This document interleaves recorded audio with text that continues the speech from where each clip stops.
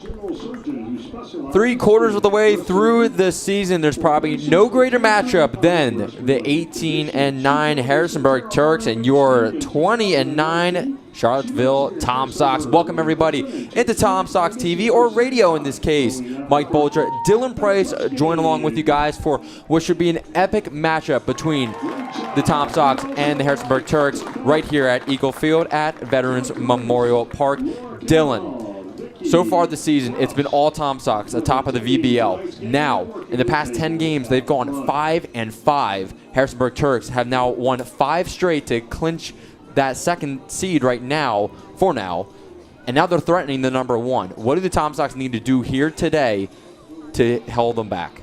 Turks have won 9 of their last 10, Mike, coming into tonight, and their most recent victory and the Sox' most recent loss when these two teams locked up 2 nights ago. And the Turks, honestly, dialing back in, getting back in the contest a little bit later. Sox got on the board early. James Hayes tossing 6 really strong innings, but then the Turks able to get a run across the board, even things up at a run apiece, send it to extras, and then pull away. Sox got to get some offense and get some offense early. They've now gotten the first monkey off their back of winning here at Eagle Field at Veterans Memorial Park the last time they were here. Now it's a matter of getting on the board early, controlling momentum, and trying to find a way to hit Lane Duff and keep them guessing, keep different looks going, and keep them on their toes. And Bobby Olson is going to be a great starter for them on the other side of things, a reigning VBL South Player of the Week. Going to be a good opportunity for the Sox tonight in a, I'll say it, Mike, we'll probably say it again throughout the contest, it's a must-win game for the Tom Sox tonight. Absolutely. It's going to be a tough one here on the road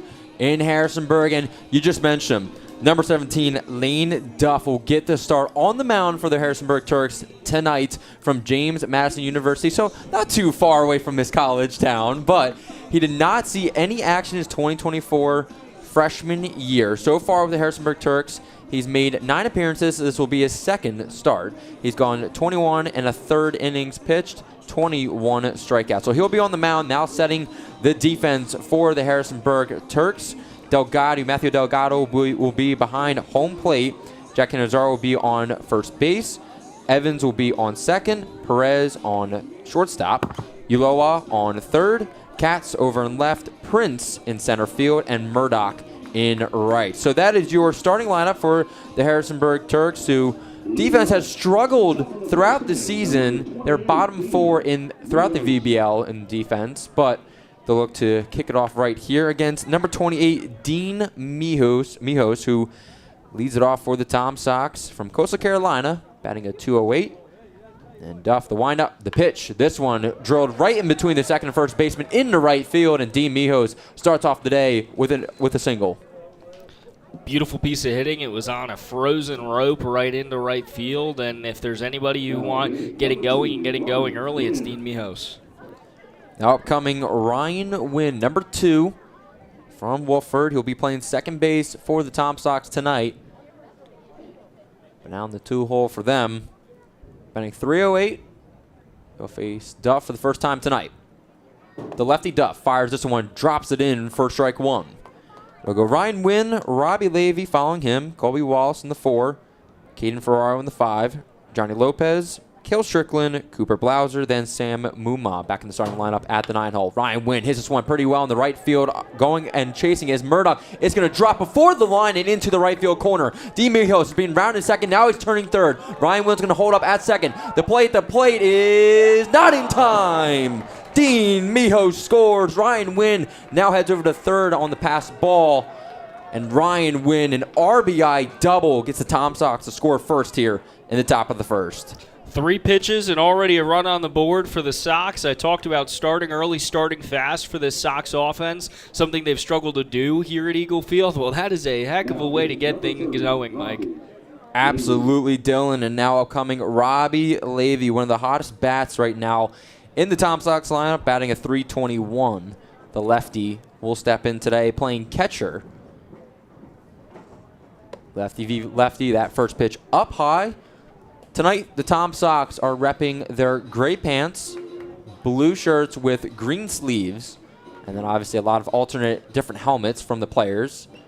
For the Waynesboro Generals, repping a different kind of uniform as that second pitch is outside for ball 2. They have a light blue shirt with white pants, red lettering, red hat with a white line down the middle. So different from what we've used to be seeing from the Turks. Third pitch just misses outside. Delgado try to frame it there, but it misses. Dylan, rating the jerseys, I guess, tonight. It's a different look. Baby Blues are terrific. Terrific cause behind them. I just investigated a little bit a few moments ago. I'll have that in just a second here. The fourth pitch.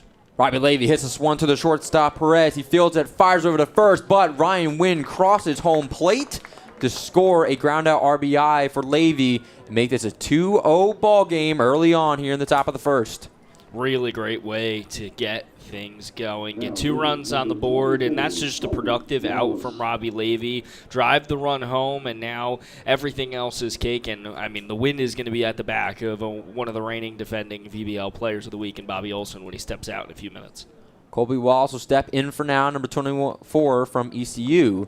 Takes the first pitch inside for strike 1. What was your investigation, I guess, conclusion? So there's a breast cancer awareness ribbon on the left breast of the players' jerseys, and it's also a tribute to Centera Health, a non-for-profit. Wallace chops this one right over to Perez again on shortstop. He fields it. He fires it across body to first to get the second out of the inning.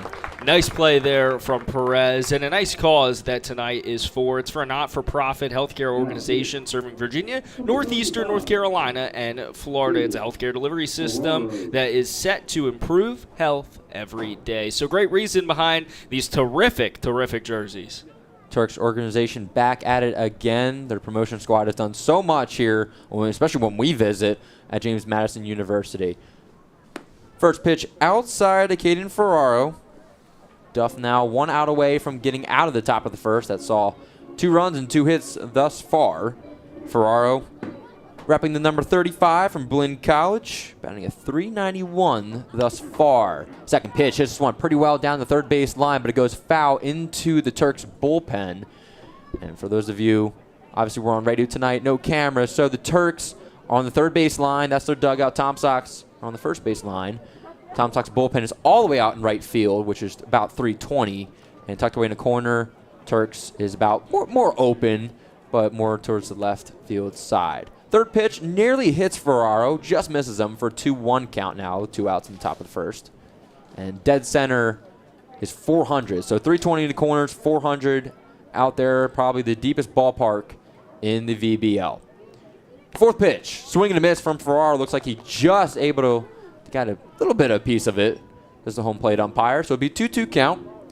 Duff, 1 strike from ending what's been a electric start for the Tom Sox thus far. 2-2 pitch. Duff fires this one, dribble down the first base line. Kenny Towns, the first base coach for the Tom Sox, try to make the play, just misses it, and we'll reset and do it again.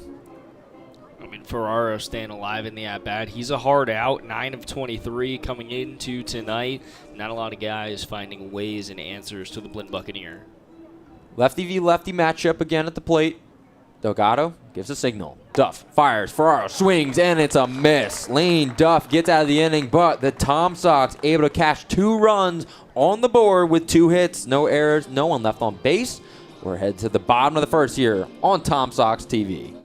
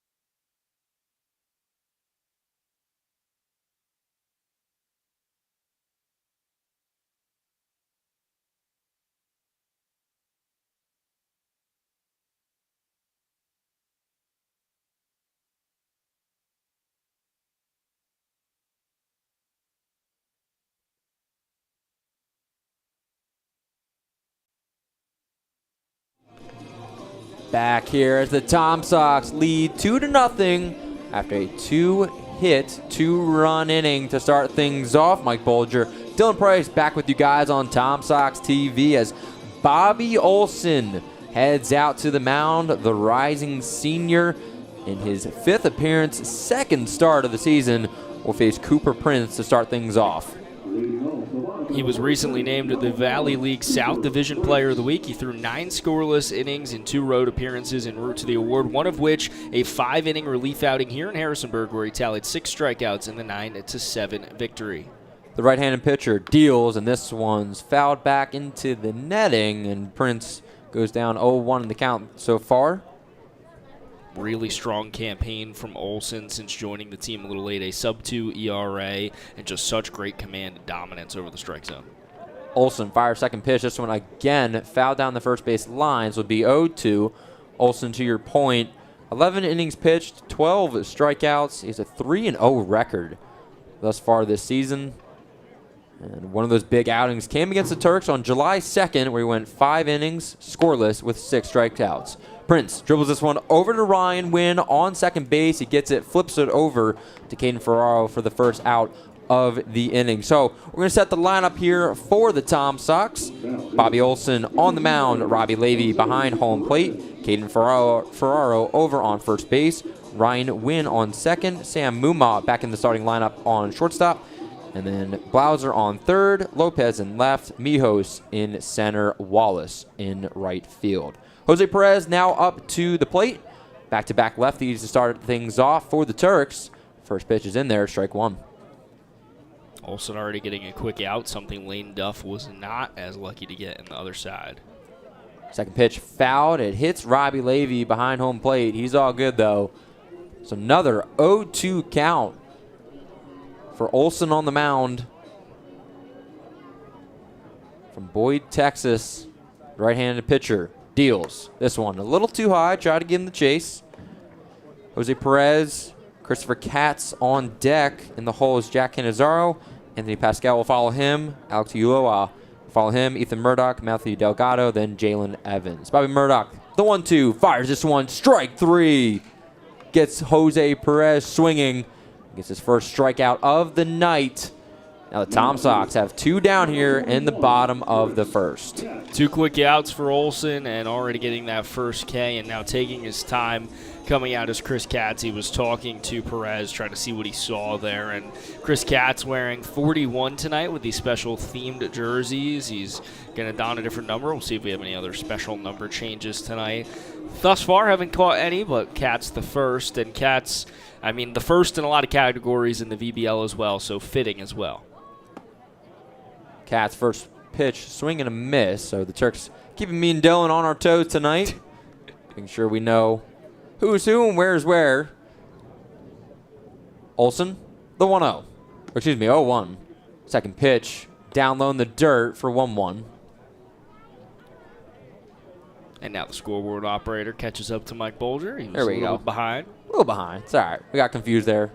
At first, Olson, the third pitch, just misses outside of the righty Katz. So now Olson goes down in the count for the first time tonight. He's already retired the first 2 batters. Now Katz awaits. Olson deals this one. Hit pretty well in the left field. Lopez going all the way back to the wall. It's going to land at the track. Bounce off the wall. Katz is headed over to second base. Lopez finally fields it. Gets it off to the relay man in Muma. And he's going to hold it right there in shallow left field as Katz gets his first hit, and it's a double. Turks have been the kryptonite for the Sox all season long, the 2-4 record the Sox hold against them. And one of the biggest reasons and one of the biggest catalysts in that kryptonite is Chris Katz, who stands in scoring position at second for the man who's third in the VBL. Katz is second in runs driven in. Canizaro's driven in 22 on the campaign and now has an opportunity for another. Jack Canizaro, he is wearing number 32 tonight, so we got that down.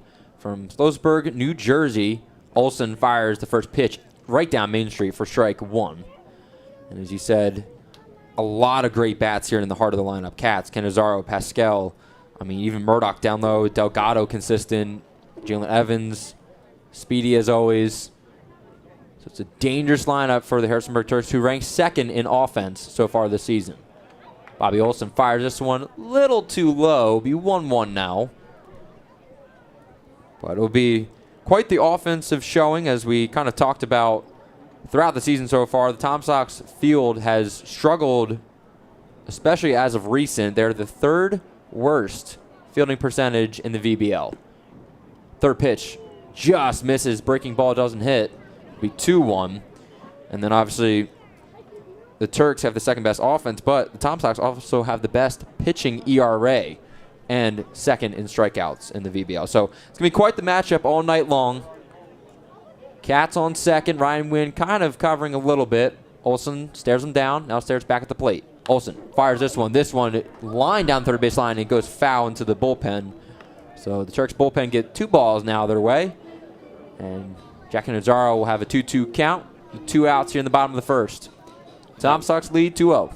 If that was fair, that cuts this in half and would have been extra bases in a big way for Canizaro. 2-2 count, 2 outs. Tom Sox lead 2-0. Cats takes his lead on second. Canizaro waits. This pitch just too high. Broke a little bit, but not enough. We'll get the first full count for Bobby Olson in his first inning pitched.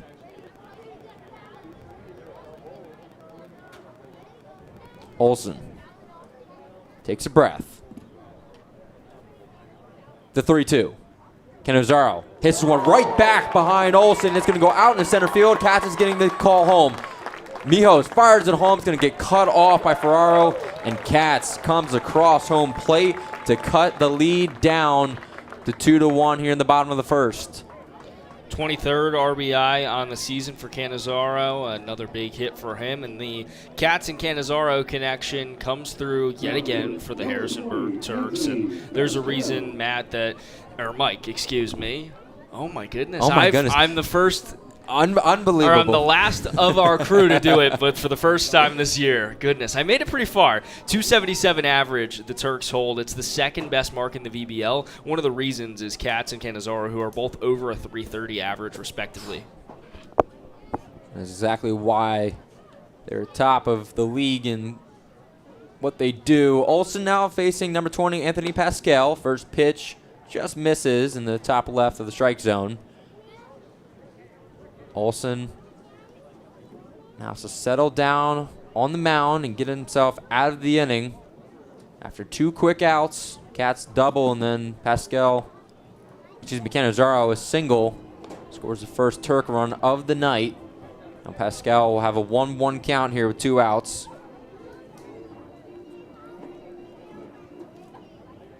Righty v righty. Canizaro not a big lead over there on first. Olson fires this one. It drops in. My goodness, what a pitch from Bobby Olson. Be 1-2. Looking to get the final out here in the bottom of the first. Tom Sox still lead at 2-1. Olson fires over the first where Ferraro tags, but not in time. Canizaro, good awareness there. So reset and do it again. Olson gets the pitch. Nods.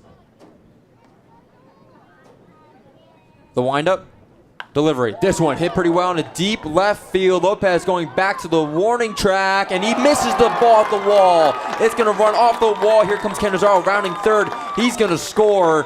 Pascal stands up at second base, and just like that, the Harrisonburg Turks have struck back here in the bottom of the first and tied the ball game up 2-2. 57 errors the Tom Sox carried coming into tonight. Their biggest Achilles heel on the season has been their fielding woes. Another example there. And I do take a little bit of credit to the lights, and I want to say that before the error gets accredited to Johnny Lopez, because the lights are already on, and it's 7:51, and there's still sun out, so the glare could have been a part of the factor out there. And also Lopez, more traditionally an infielder, but has played everywhere and anywhere for Andy Tomlin this season. Olson fires the first pitch to Alex Ulloa, and it misses outside. So both teams, 2 runs, 2 hits, 1 error each. Has us in a even ball game now with Pascal on second, taking a pretty good lead. Olson on the mound, fires this one, checks swing. Did he go from Ulloa? The home plate umpire says he does. And now Ulloa doesn't like the call, kind of was talking with the home plate umpire where that was at. Now reset, and here we go. 1-1. Pascal in second. Wynn backs off the coverage. Swing and miss there from Ulloa. Now he'll go down 1-2. Ethan Murdoch on deck. Matthew Delgado in the hole for the Turks. Looking to possibly take a lead here in what's been an offensive first inning, to say the least. Bobby Olson, the 1-2, fires this one, swing and a miss. He gets his second strikeout of the inning and retires the side. But the Harrisonburg Turks strike back. 2 runs, 2 hits, 1 error, 1 man left on base. We're headed to the top of the second. Stick with us. It's going to be an exciting one throughout the night right here on Tom Sox TV.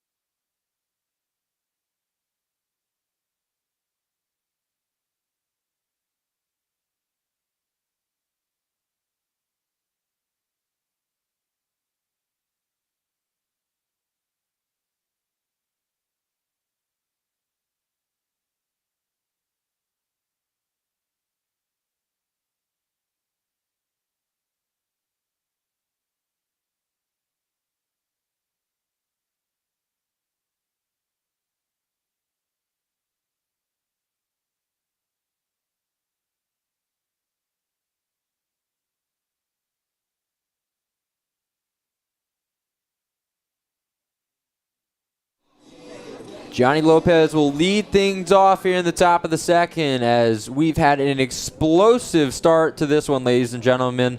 Tom Sox scored 2 in the top of the first. Turks respond right back with 2 of their own. And we're all tied up here in the top of the second on Tom Sox TV. First pitch from Lane Duff of the second inning, in for strike 1. If you guys are just joining us, Mike Bolger on play-by-play for now. Dylan Price will take it over halfway through, but for now he's my analyst. And Dylan, I mean, just a tough start there for both of these pitchers. What do they need to do to settle in? Well, if you're just tuning in, you didn't miss anything. We're tied again. It's 2-2 with 2 hits apiece and 1 error apiece. Not too often you see that after a frame. I think Duff's got to try to settle in, find the strike zone, and not hang anything over the plate, especially because this is a potent middle of the order. The 0-2, swing and a miss from Lopez, and 1, 2, 3. Duff's got his first out and second strikeout of the afternoon. Another big at-bat coming here. Kale Strickland has a .476 on-base percentage, which is incredibly dangerous, and we've seen Cooper Blauser have some pop. So it's not going to get any easier. Actually, one of the best lineups the Tom Sox have put out in quite some time. There's pop at every spot in the lineup tonight.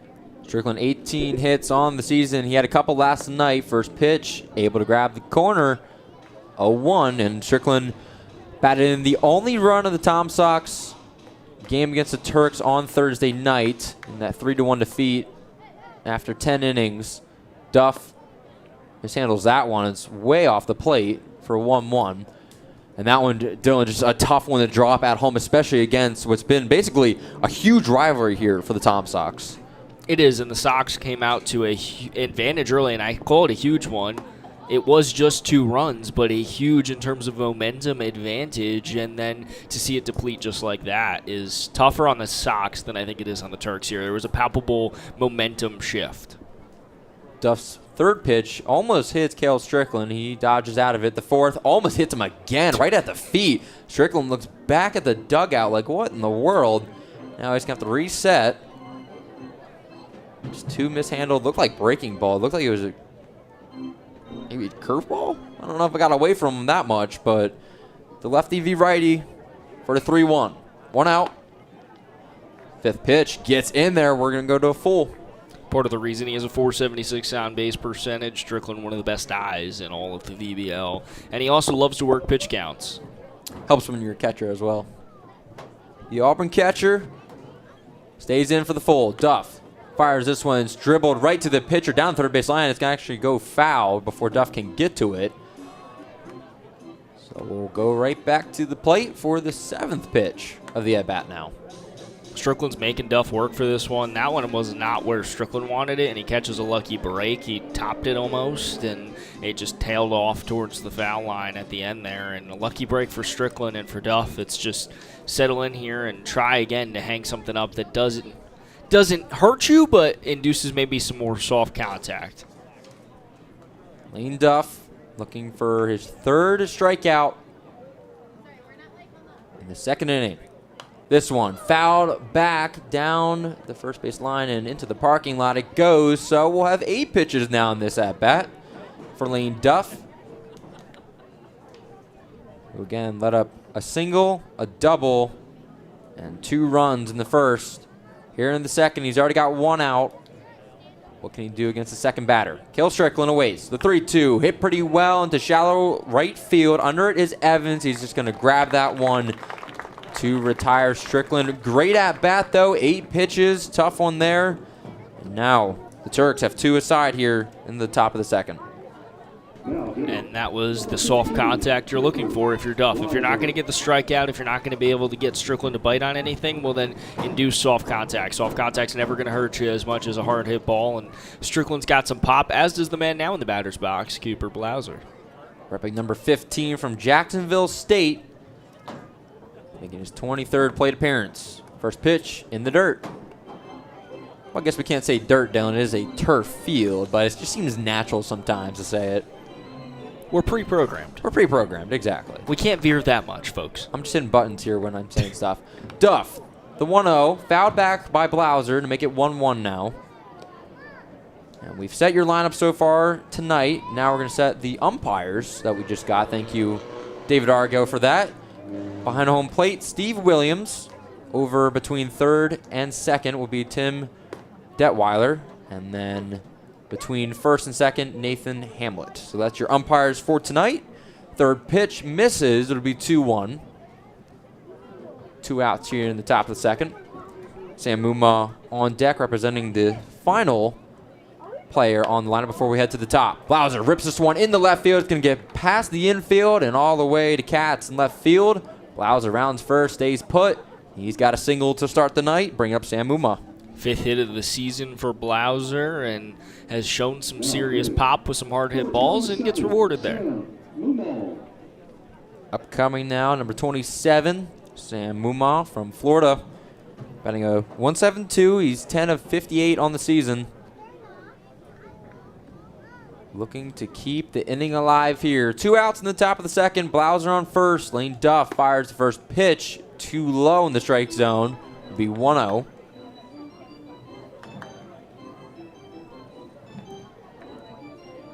We saw a lot on Thursday. The Turks start with a lefty, then go righty-lefty all the way through on the mound. And it definitely worked against the Tom Sox lineup that pretty much does the same for most of it. Sam Muma takes the 2nd pitch in for strike 1.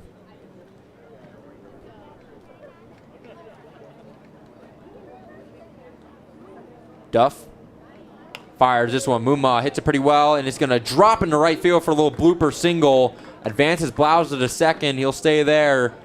And all of a sudden, the Tom Sox, with 1 out left in the inning, are beginning to rally. Some 2-out bottom of the order offense for the Sox. Muma's 11th hit of the season, Blauser's 5th, and now Dean Mijos, who singled and scored the first run of this ball game, is up, and it'll already. I mean, we'll wait until he sees the first pitch. I've got a little tidbit ready. Low-hanging fruit. Lane Duff steps off the rubber, kind of checking over at Blauser on 2nd. He doesn't throw anything, no one covering. Perez playing a little back on shortstop, everybody else in their neutral positions. Duff fires this one, nearly hits Mijos. It gets away from Delgado. He doesn't even see it. Both runners will advance to 3rd and 2nd alike. And all of a sudden, the Tom Sox making noise here And a tied 2-2 ball game. And actually, they're going to call Steve Williams, the home plate umpire, says it hit Mijos in the foot. Bob Weiss doesn't like it. The head coach of the Turks, he's going to step out of the dugout, talk to Williams a little bit. Now he's like, okay. Williams is like, it hit him. And Weiss steps back into the dugout now. And we'll get Ryan Wynn stepping up to the plate with a bases loaded situation. It's going to be the first here from JMU. As the lights start to come on, the sun not fully set. Duff takes a breath, fires first pitch way outside and lefty's batter box. Delgado has to jump up and go get it. Be 1-0. So I was going to say originally Mijos will have already seen more pitches than his first at-bat where he singled on the very first pitch of this game, but then he was hit by a pitch, so he's still only seen 2 pitches tonight. And alas, there's some serious speed on the base pass. Ryan Wynn swings and chops at that one. It's going to go foul behind us. Man, if he had the timing right there, it would have done damage. We'll step back in with a 1-1. That's a good thing you held off on that because oddly enough, it did hit him. We didn't think at it at the time it did as both runners stole second and third. Blauser 90 feet away from taking the lead here in the top of the second. This one hit pretty well in the center field. It's going to get into the gap scoring Blauser. Here comes Mumba. Dean Mijos is going to get the wave home. Ryan Wynn all the way to third base. He's going to get there in time. A 3 RBI triple for Ryan Wynn, clearing the bases and handing the Tom Sox a 5-2 lead here in the top of the second.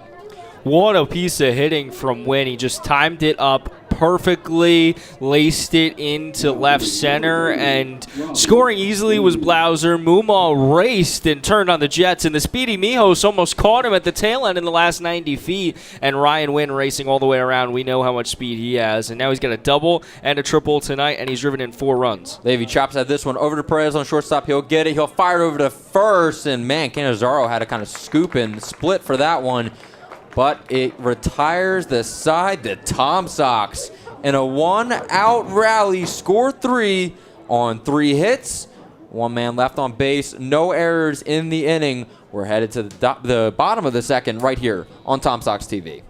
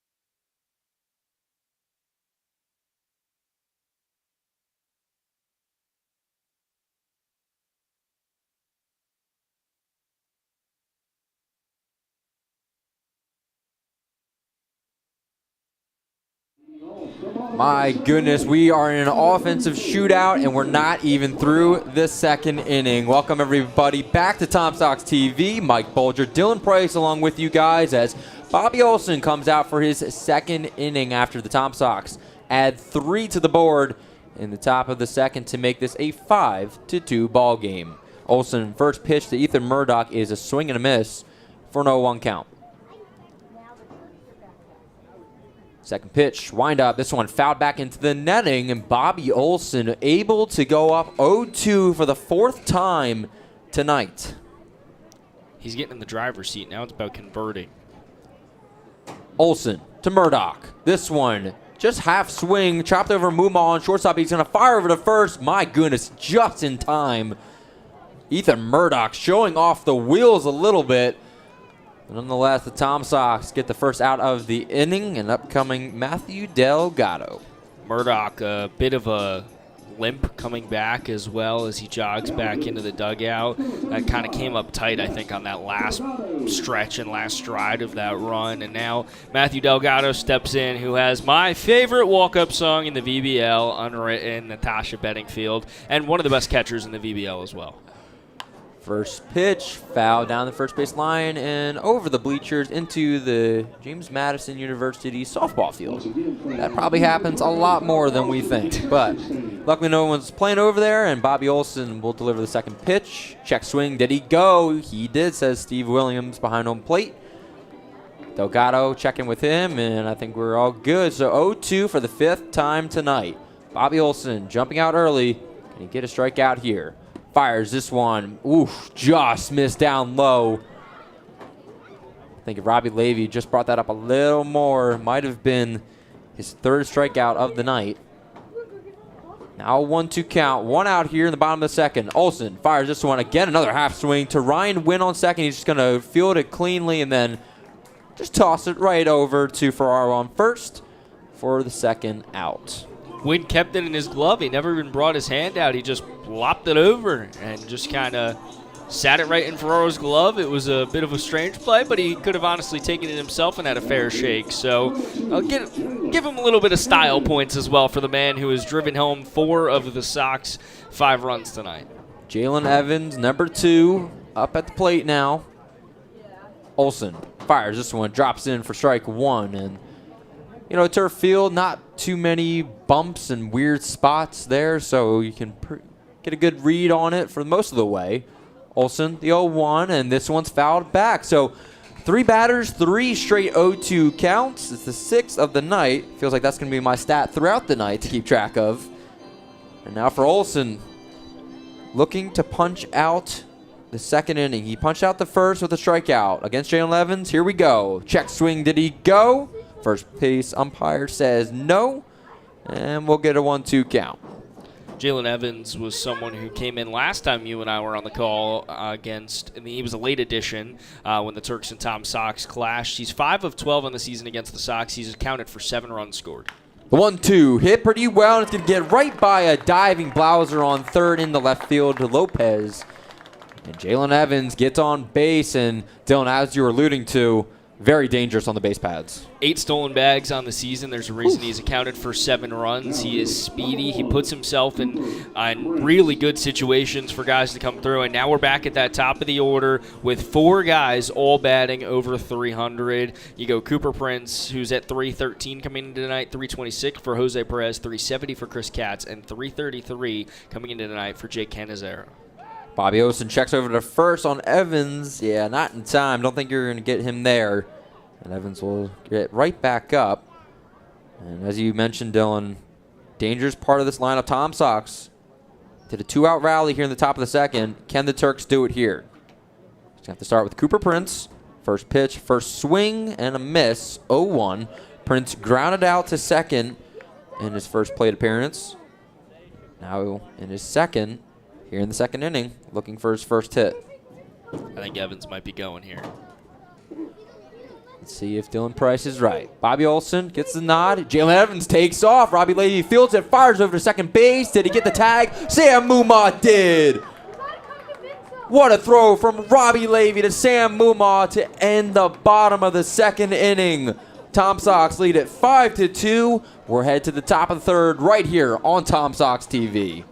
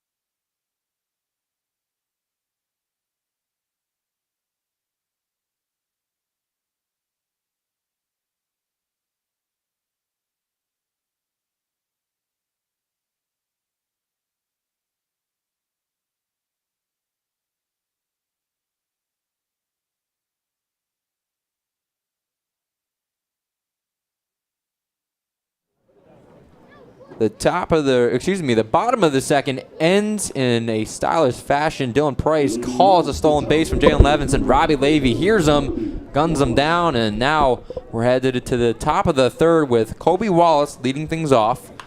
First pitch, first swing, and it's fouled down the first base line, nearly in fair territory, but it'll reset. We mentioned Evans' 8 stolen bags on the season. He's always a threat to run on the base pass there, but Robbie Levy gunning him down, and Levy has got one of the best arms that I've seen in quite some time. As we're going to have a stoppage of play here, the ball is ended up trickling all the way down to the 320 marker in right field, and now they're going to have to retrieve it. I think it was you who mentioned how weird this right side of the field is. That wall comes out about past the infield and I have to say in shallow right field, and it's weird. Some balls get hung up there. Colby Wallace, second pitch, second swing. My goodness, what a pitch from Lane Duff. Looks like that was an off-speed, broke late.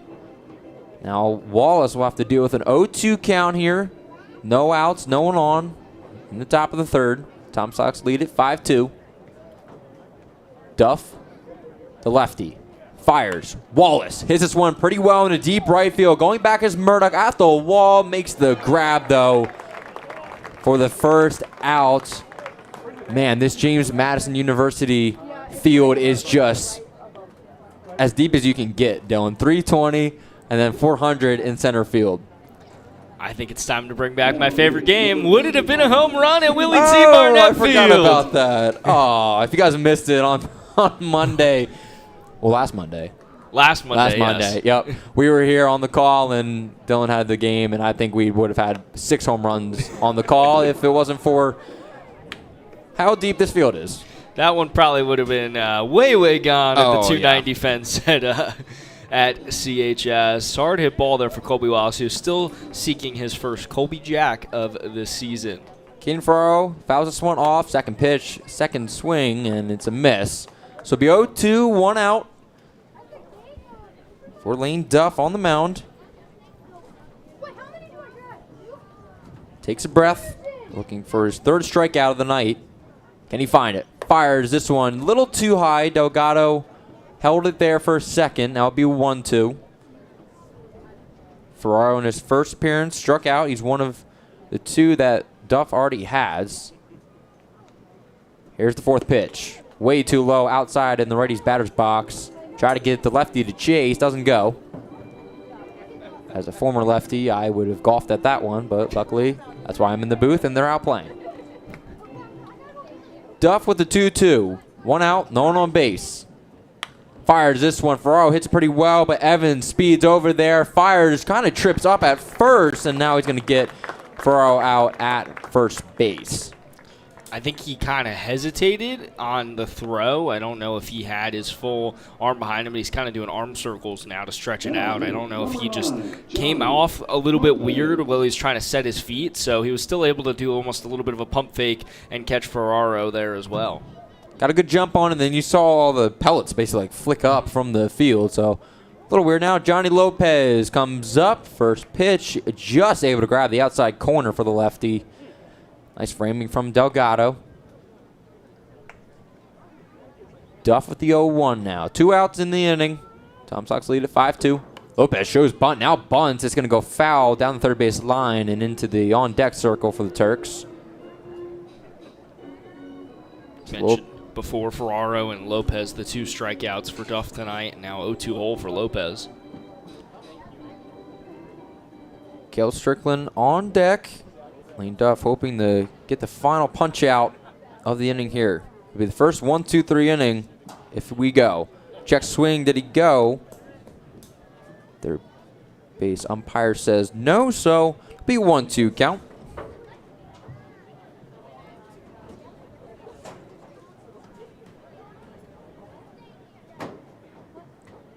Duff takes a breath. The windup. Delivery. This one hit pretty well in a deep center field. Going back is Prince all the way probably to 380. Makes the grab and ends the inning. The Turks able to put the Tom Sox down 1-2-3 for the first time tonight. No runs, no hits, no errors, no one left on base. We're headed to the bottom of the third right here on Tom Sox TV.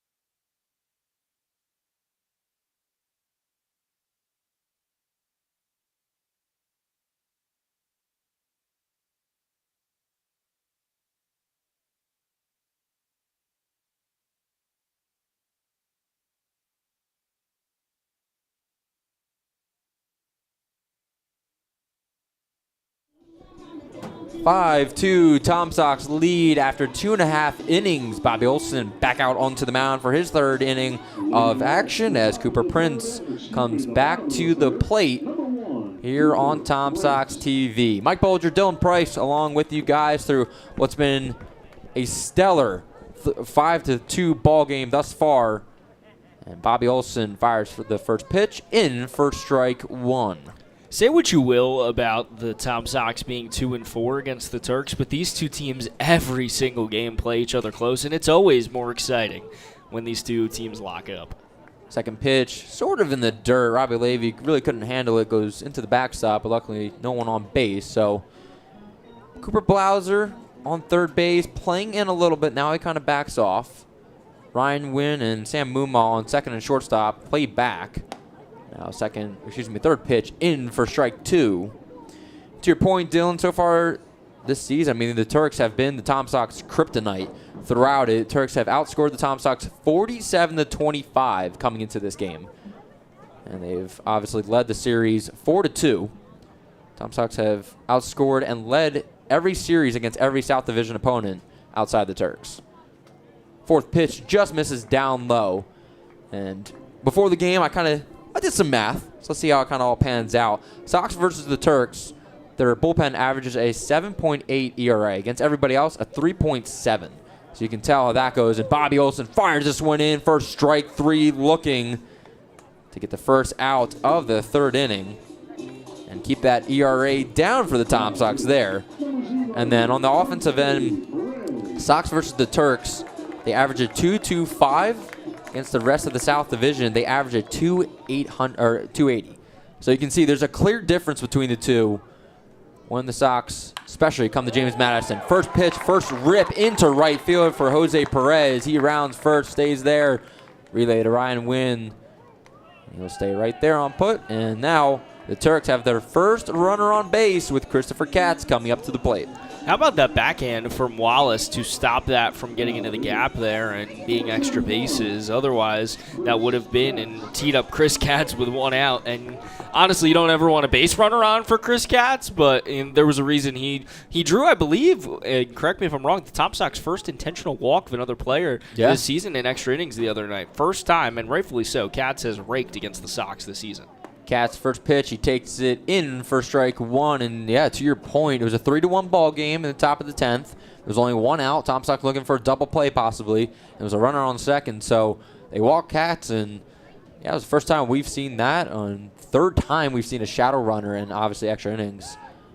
Bobby Olson fires over to first base, trying to check on Jose Perez. Perez is safe, and he'll just step right back up. Olson focuses on Katz. At the plate, Canizaro on deck, and Anthony Pascal in the hole. Katz hits this one pretty well in the right field. Colby Wallace going all the way to right field, but that one drifts too far and out of the park. So, but you know, 2 count now for Katz. There's that right field wall. Again, indented again. It's a little nook and cranny over there that is just hard to pluck those balls out of. If you would have seen Wallace try to do that, it was going to get tough there, and I think it might have dropped in, although it was tracking foul. Creating havoc for the Tom Sox infield and Turks alike.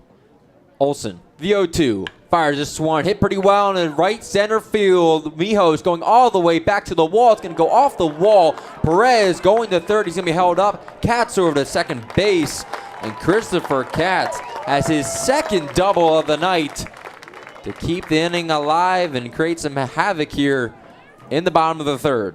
That's the 13th hit of the season for Chris Katz against the Tom Sox. It's his 4th multi-hit game against the Tom Sox, and he now has a hit, going back an inning ago, or 2 innings ago, excuse me. He's now hit in 6 of 7 games against the Sox. He's also got a bunch of doubles on the campaign against the Sox as well. I mentioned earlier he's the catalyst to the kryptonite, and another guy coming up who has done that as well.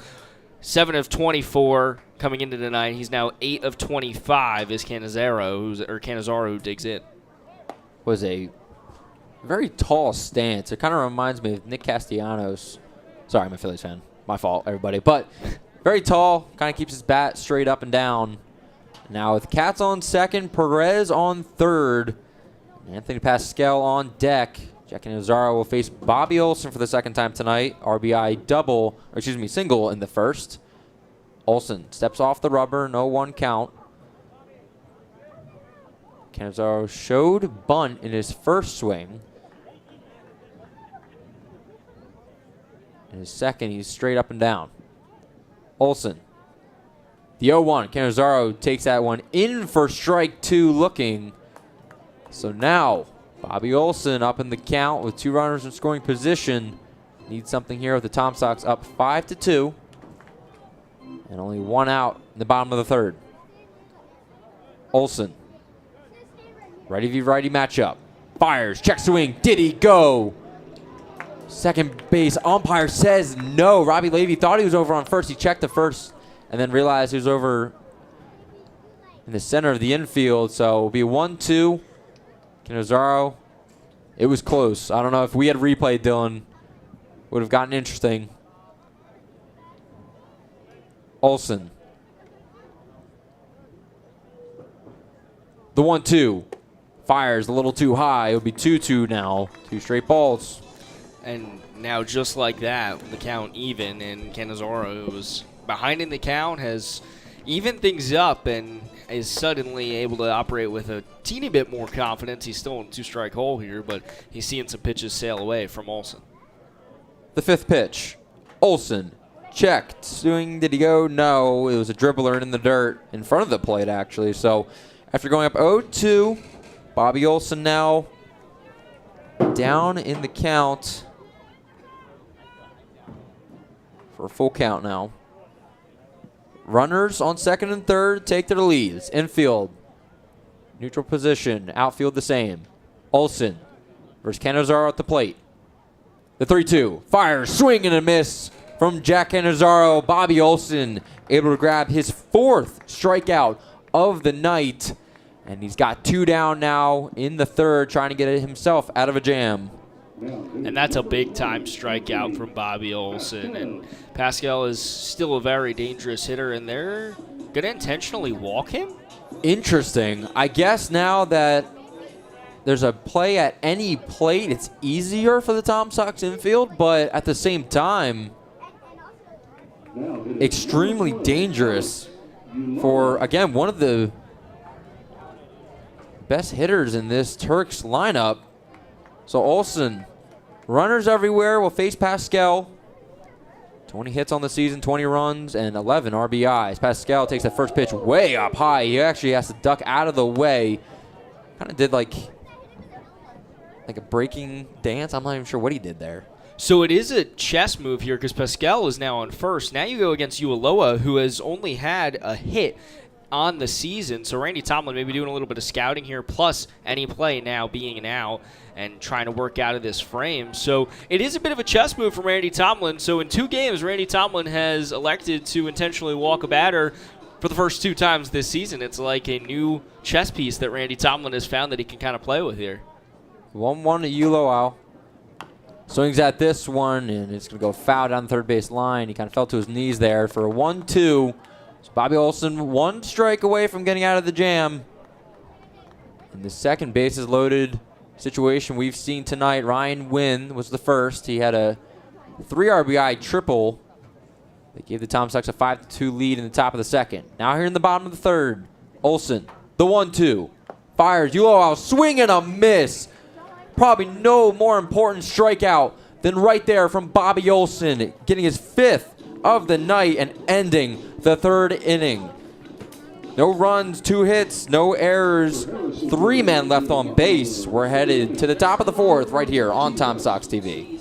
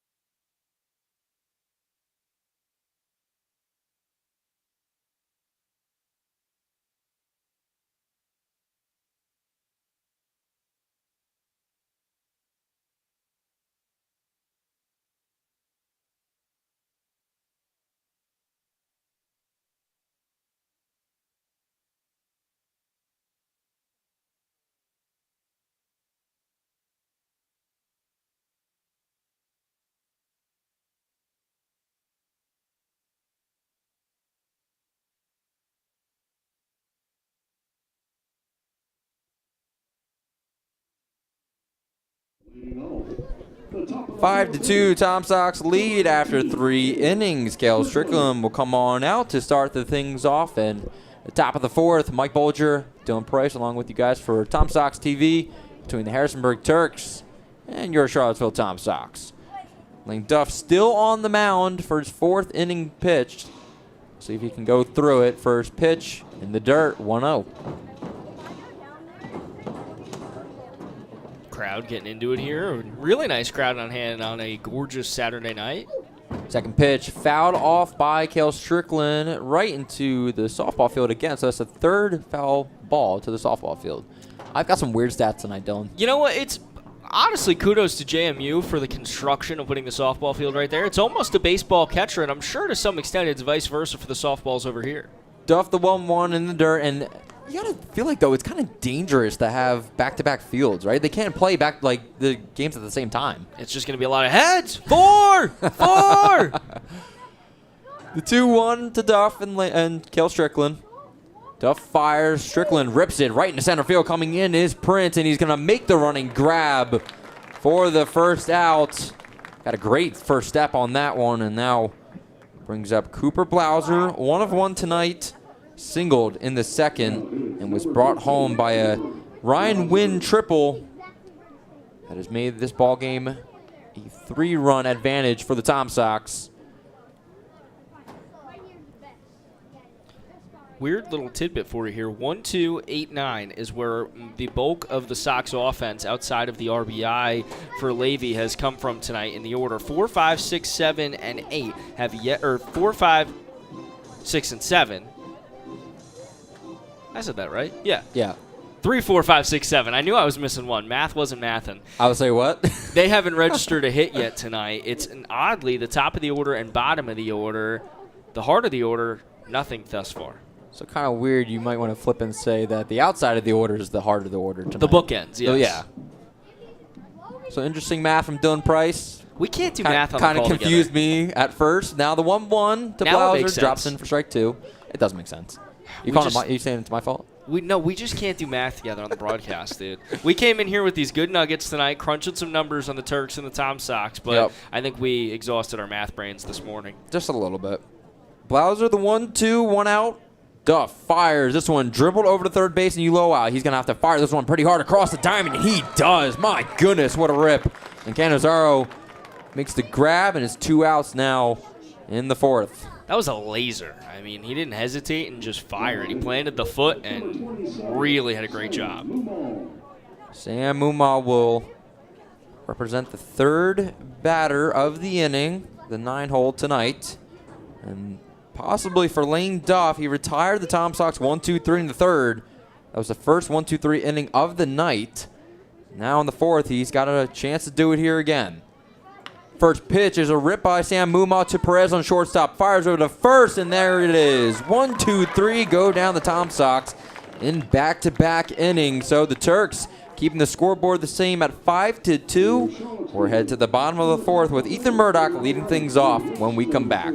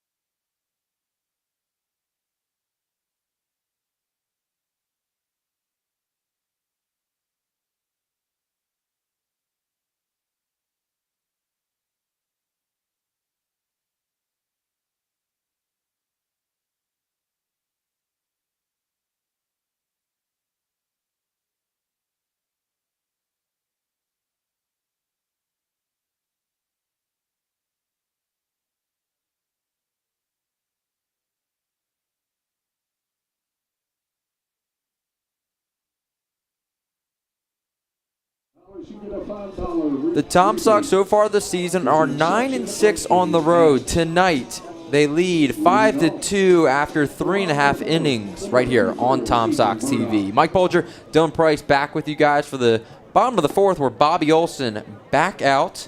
He's going to face Ethan Murdoch to start things off. First pitch in for strike one. So far this season, Tom Sox able to grab one win here at Veterans Memorial Park, but that's really been about it. They've lost two. Second pitch, a little bit of a swing from Murdoch, but he holds up, and now it's an 0-2 count. 1-2 at both parks this season for the Sox. Olson, the third pitch doesn't go, so it'll be a 1-2 now. 4 of the 9 Tom Sox losses have come at the hands of the Harrisonburg Turks, and that is a big statistic, especially once we get into postseason play. The 1-2 hit pretty well in the deep right field. Wallace says he's got it, nets it in his mitt, and now there's one out here in the fourth, bringing up the bottom of the lineup and Matthew Delgado and then Jalen Evans on deck. I'll say this for both Bobby Olson and Lane Duff. Duff allowing 5 runs, 5 hits through the span of he's completed 4 innings of work. There's no movement in their pen, so he could be going 5. And in Olson's case, allowing 2 in the first and nothing since. I mean, when you both sides let up 2 in the first, you don't really know how that start's going to pan out. You probably think there's a good chance one of the 2 starters' breaks could completely fall off, but both have dialed in and both have pieced together lengthy starts for Bob Weiss and Randy Tomlin, respectively. First pitch down the turf. Now Olson, the 1-0. Dribbles this one right down the first base line. Ferraro is there, and he gets the solo put out for out number 2, bringing up Jalen Evans. And Dylan, we kind of joked about it in between the break. Thank goodness both starters are out because, as we mentioned in the top of this frame, math is a sore subject for us. We're not math guys. We're not math guys. It is, if you've followed along with myself and Mike Bolger for any broadcast this season, it seems like there's always an instance of a math failure. I think we need to maybe register in some math classes when we get back to University Park in a couple weeks. Heck no, man. We're both rising seniors. I'm done with math. That's cut out of the curriculum. Jalen Evans takes the first pitch, a little too high, 1-0. He singled in the second and then was caught stealing by a Dylan Price call and Robbie Levy throw. Second pitch, check swing. It's going to be a 1-1 now. Top of the order on deck with Cooper Prince, then Jose Perez in the hole. But with 2 outs here in the bottom of the fourth, Jalen Evans could represent the final out. He bunts here down the third base line, going down for a 40-yard dash. He gets there in time, showing the safe signal as he gets there along. And my goodness, that is just one of those cases where it's like you know your speed, the team knows your speed, and you just do what you want. He was shot out of a cannon. I mean, Evans bunted it, laid it down, and flew.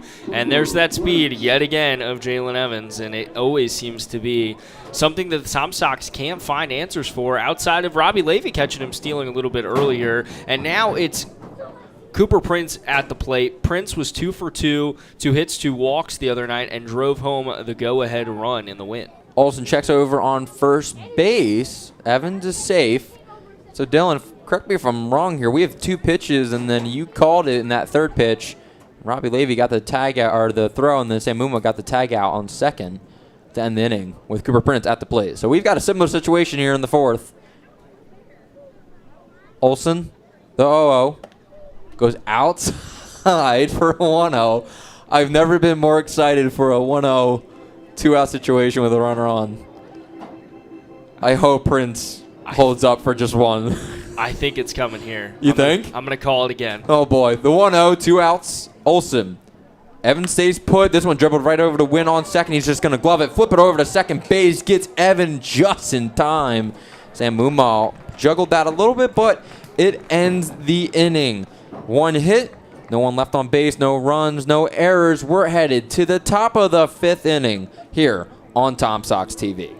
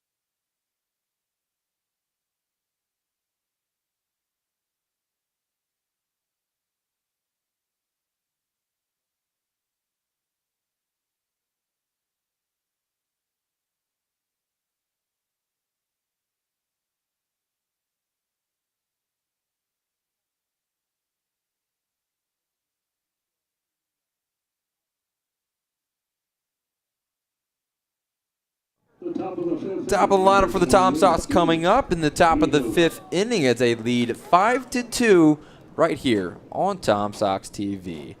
Mike Bolger, Dylan Price, as always with you guys through 4 innings full. Lane Duff comes out for his 5th inning on the mound and delivers the first pitch in first strike 1. So you guys may be saying, why are me and Dylan emphasizing this game so much? Well, what's at stake? The playoffs. July 24th is the start of the playoffs as D. Mijos rips this one to Evans on second, and there's the first out of the inning. So playoffs start on July 24th. So we're about 12-ish games away from that. And the number 1 seed is at stake. Basically, for that first play-in game, the number 2 and the number 3 teams in the South and North divisions will play in the play-in game. Well, that first team gets a first-round bye. So it's extremely important. It's one game, and you're either in or out. Ryan Wynn dribbles this right over Canizaro on first, flips it over to Lane Duff, who tags him out on first. So 2 quick outs for the Tom Sox.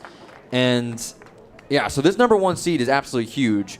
And as Dylan mentioned before, Tom Sox 5-5 in the last 10. And the Turks are 9-1. So basically, it's tightened up here as we've gotten to the middle of July. And this game means about everything here because with the Turks with a 4-2 series lead, if the Tom Sox can win one today, they close the regular season with the game against the Turks. So they can tie it up.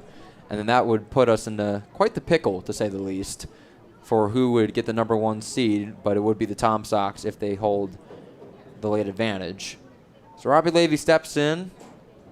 And Dylan, it's kind of crazy sometimes when you bring up playoffs to some of the guys in Summer League. They're like, man, there's like that much of a development in the playoffs happening this late. And it's just crazy to see how much the Tom Sox have led throughout the season now. We're in July. It's getting close.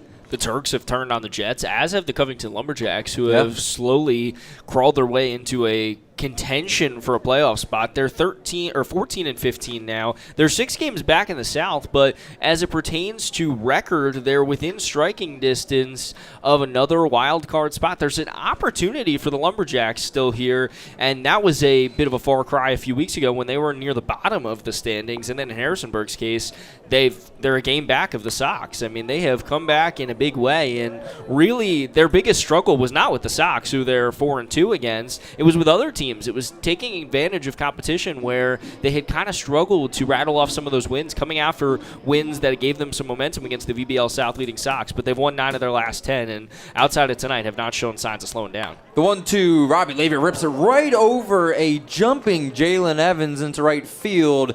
And Robbie Levy gets a single there. It's his first hit of the night after 2 groundouts to start. And the Tom Sox stay alive. Quick look around the VBL. The Cannons and River Bandits game apparently has not been registered, so possible suspended or postponement there.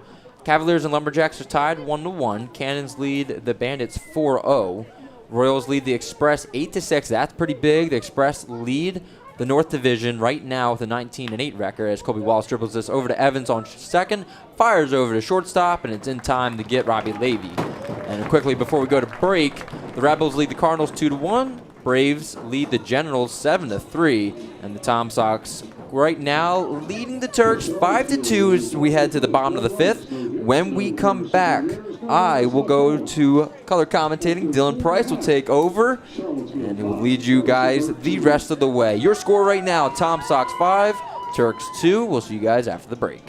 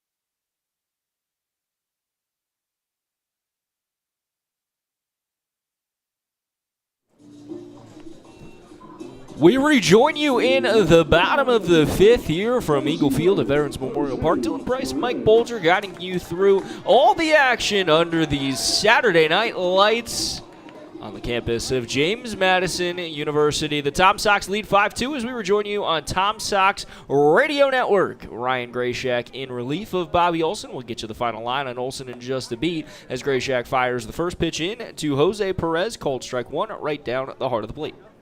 Ryan Grayshak, the tallest player on the Tom Sox at 6'6", 200 pounds. The rising junior is a righty from Virginia. The 0-1 is laced down the third base side, way foul. Originally from Virginia Tech, he then redshirted and transferred to Florida Southwestern State, where he had 16 appearances, went 1-2, had 25 and a third innings pitched, had 29 strikeouts with an ERA of 4.26. 0-2 knocked off the foot of Perez, so we will rinse and repeat and go again. Ryan Grayshak has definitely been one of the most important relievers of the season so far. And honestly, for Randy Tomlin, this is a pretty stacked lineup tonight. I mean, Bobby Olson, great start. Then Ryan Grayshak coming in, man. The 0-2 again to Perez, sails high for ball one. It's Perez, Katz, and Cannizzaro. Three of the four batters coming into tonight batting over 300. Perez has a single tonight. Katz has doubled twice, and Cannizzaro has already driven home a run. So three that represent a lot of offense for the Turks. The 1-2 from Grayshak is fouled back into the netting behind us, or in front of us, but streaking towards us, ultimately. Well, we're not good at math, and we're not good at apparently directions either. Directions. We're just bringing you the broadcast here tonight, folks, from Eagle Field at Veterans Memorial Park. Bobby Olson's night done. 4 innings pitched for him. Mike will give you his final line in just a second here. But the 1-2 to Jose Perez. Cut on and miss, strike three. Grayshak enters, and Grayshak already nailing his first strikeout of the outing. Man, absolute great pitch there from Ryan Grayshak, and why not, right? Come into the toughest part of the lineup and already starting to deliver for the Bobby Olson line. 4 innings pitched, 6 hits, 2 runs. One was earned because of the Johnny Lopez error in left. No walks, 5 strikeouts. That ties his season high.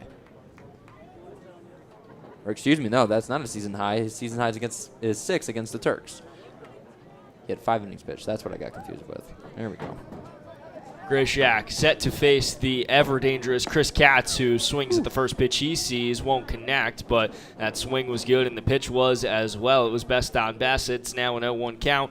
Katz doubled and came around to score the first run for the Turks tonight, and he doubled his last time up in the third. It's a pair of doubles for Chris Katz. Katz digs in the 0-1, sails way outside for ball one. Katz, mentioned it earlier, is now 13 of 27 on the season against the Tom Sox, nearly batting 500 against the Sox. Incredible numbers. He's got now 4 multi-hit games. He's driven in 9 runs, and he has a hit in every game but one against the Sox this season. And 2 doubles tonight. The 1-1, it's now 2-1 against Katz. He's one of the best hitters in the Valley League, and one of our favorite players to watch, we've said, as we've gotten to see every team now in the league, and Katz is always a pleasure.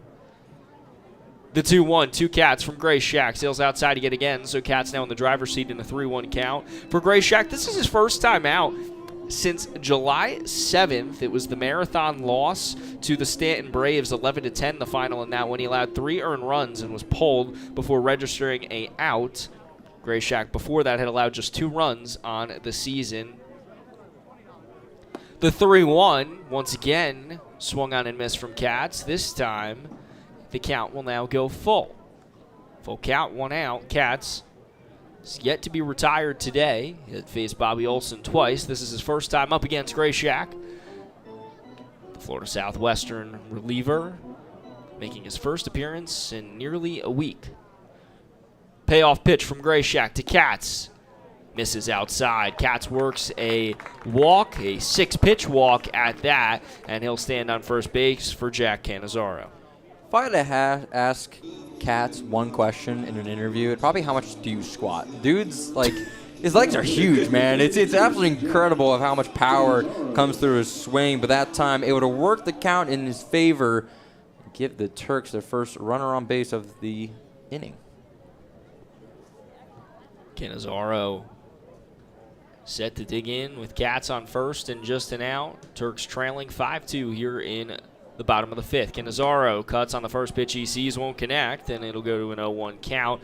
5 runs, 6 hits, an error for the Tom Sox. 2 runs, 6 hits, an error for the Turks. Only thing that's not equal, the runs on the scoreboard. It's 5-2 Tom Sox. Canizaro in it to right center. It's going to drop in for a base hit. Katz gets the sign. He is heading to third. He's going to slide in safely, and Canizaro is going to slide in and rifle in to second. Canizaro on second, Katz to third. And once again, in this 2-3-4 part of the lineup, strikes in a big way for the Turks. Man, just an absolute great hit there in the right center field. Just able to split enough of the gap to give Katz a chance to get over the third base, and Bob Luis over there on third for the Turks.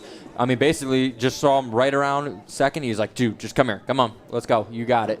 And then that gave, obviously, the opportunity for Canizaro to go over to second base. So second signal of the night. He advances, obviously, on the throw. And, man, it's heart of the lineup doing its work.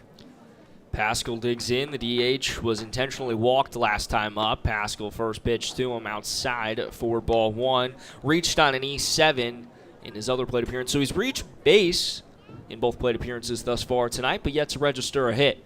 He represents the tying run right now. Almost a similar situation here, Dylan, where the runners are second and third, but there's only one out. If there's two, I'd probably see this happen again. Pascal, line down the third base side, foul. Now Pascal, the count even at one apiece to him, and Grayshak struck out Jose Perez, first batter he faced, but since then walked one and allowed a big hit to Jay Canizaro. Tying run at the plate. Pascal, the designated hitter tonight, just short of a 300 average coming into the contest. The 1-1 with an out. Pascal cut on and missed. And we've got a defensive change here. Yeah, so looks like Colby Wallace will head over to left field, and then Nathan Fink is in for Lopez in right field. So some defensive changes. Thank you to our SID, David Argo. The 1-2 to Pascal, cut on and miss. Grayshak, after allowing 2 runners onto the base pass, it dials back in his second strikeout of the night. So again, Wallace just goes over to left, Lopez to right, then he gets pulled for Nathan Fink from Florida Southwestern State, making his first appearance as a Tom Sox. 6'4", 225, rising junior from Virginia, Charlottesville, Virginia, at that. First pitch sails high to Alex Uwaloa, who has struck out swinging twice tonight, but he's yet to face Ryan Grayshak. Those 2 strikeouts coming by way of Bobby Olson. So Fink comes in, the former Ole Miss Rebel, IMG Academy, and comes by way of Charlottesville. Skied from Uwaloa. Is it going to drop into a bucket? Fink sees it, and he corrals it for out number 3. Thought it might drop down for just a moment, but he just came in, and now Nathan Fink registers the final out. Grayshak works out of a jam, and we head to the top of the 6th. Stick and stay with us on the Tom Sox Baseball Network.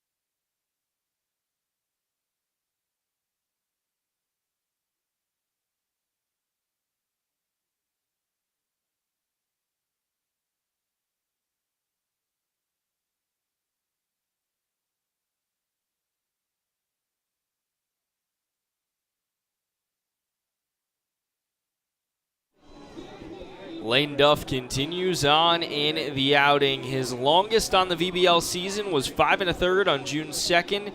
It was his only other start. He now registers his second start on the season, and he works into the 6th. We'll see how long the leash is for him, as Bob Weiss will continue to trot him out there. We rejoin you here in the top of the 6th. It's a 5-2 ball game.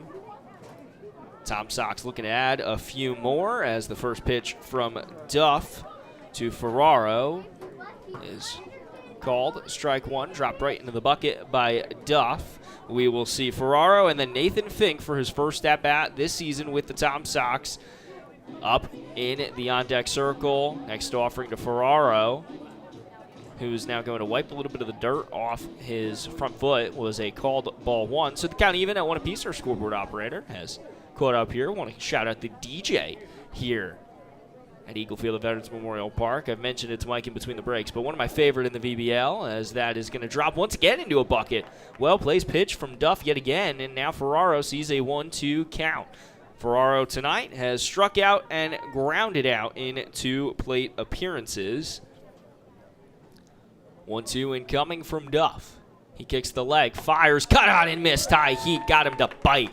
That was a filthy pitch, and that's the first out, and now ties the longest outing for Duff on the VBL season.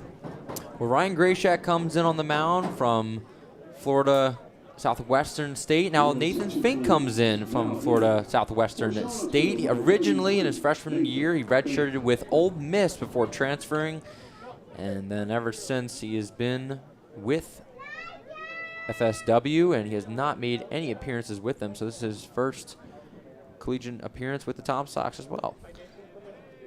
First pitch inside, ball one. Fink was with the Tom Sox last year, but had a hip labrum injury, missed significant time. This is believed to be his first action since then. So welcome back to baseball, Nathan Fink.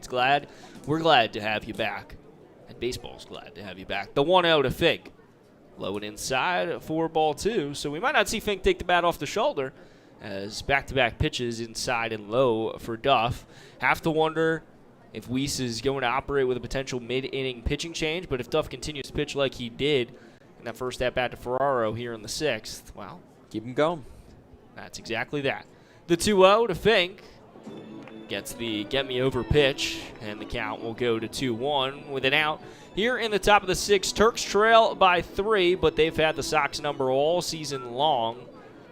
For the most part, it's a 4-2 record against the Sox. The one team with a winning record against the Sox this season. Fink lashed into right field. Is it going to get down? It won't. Just racing over there to corral it in was Murdoch. Really nice play. Really nice contact from Fink in his first AB since returning. And all indications are Duff is going to have the green light to continue on, as Matthew Delgado will come out and talk to him. And now the third baseman in Ualoa will bring the ball over to him. Delgado, some last words for Duff, and he will go head-to-head with Cale Strickland here as he tries to pilot through the 6th. Since allowing 3 runs in the top of the 2nd, he's blanked the Sox since. It's been a really stout performance for Duff as he's worked on in the outing. Absolutely, and now, Dylan, I'm able to see who's warming up for the Turks. Can we play a game with it? Nah, we won't. Number 11, Jason Sheffitz. We saw him on July 1st when you and me were both back here and on the call, and had a great outing there. Went 5 1/3, 1 run allowed, 2 hits, 4 walks in that appearance. And let you guys the rest of his stats up next. First pitch to Strickland outside for ball 1. Strickland mentioned earlier a 476 OBP. That's a mouthful. Is one of the most consistent and disciplined bats in the Sox lineup. Strickland sees the 1-0 from Duff. Just misses inside for ball 2, and now count goes to 2-0 with 2 outs. Nobody on, but the Sox leading 5-2 here in the top of the 6th. Turks trying to keep it within reach and then ignite the bats a little bit more in the bottom of the frame. The 2-0 incoming to Strickland. Just misses low and nearly hitting Strickland, but Strickland will get to see the 3-0. Have to imagine Duff will send in the get-me-over fastball. We'll see if Strickland bites. Green light, possibly. Maybe. No one on. It's a 3-run lead. We'll see what indication we get. Duff. Liked it from Delgado. Kicks the leg, fires. There's the get-me-over fastball, and it's chopped over to second. Trotting, taking a step or two is Jalen Evans, and throwing it on over to Canizaro for the final out. If that's the end for Duff, well, what a bounce back after allowing 5 runs. No runs, no hits, no errors here in the top of the 6th. We go to the bottom of the frame. It's 5-2 ball game. Stick with us here on Tom Sox Radio Network.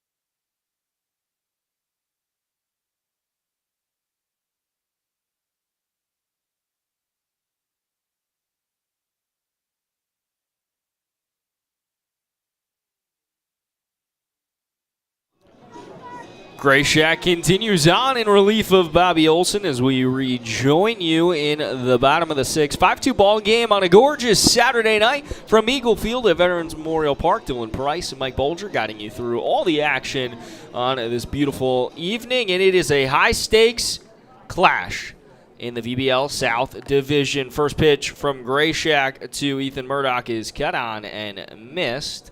Grayshak quickly getting ahead in the count, and he's been ahead in almost every count thus far, albeit just one.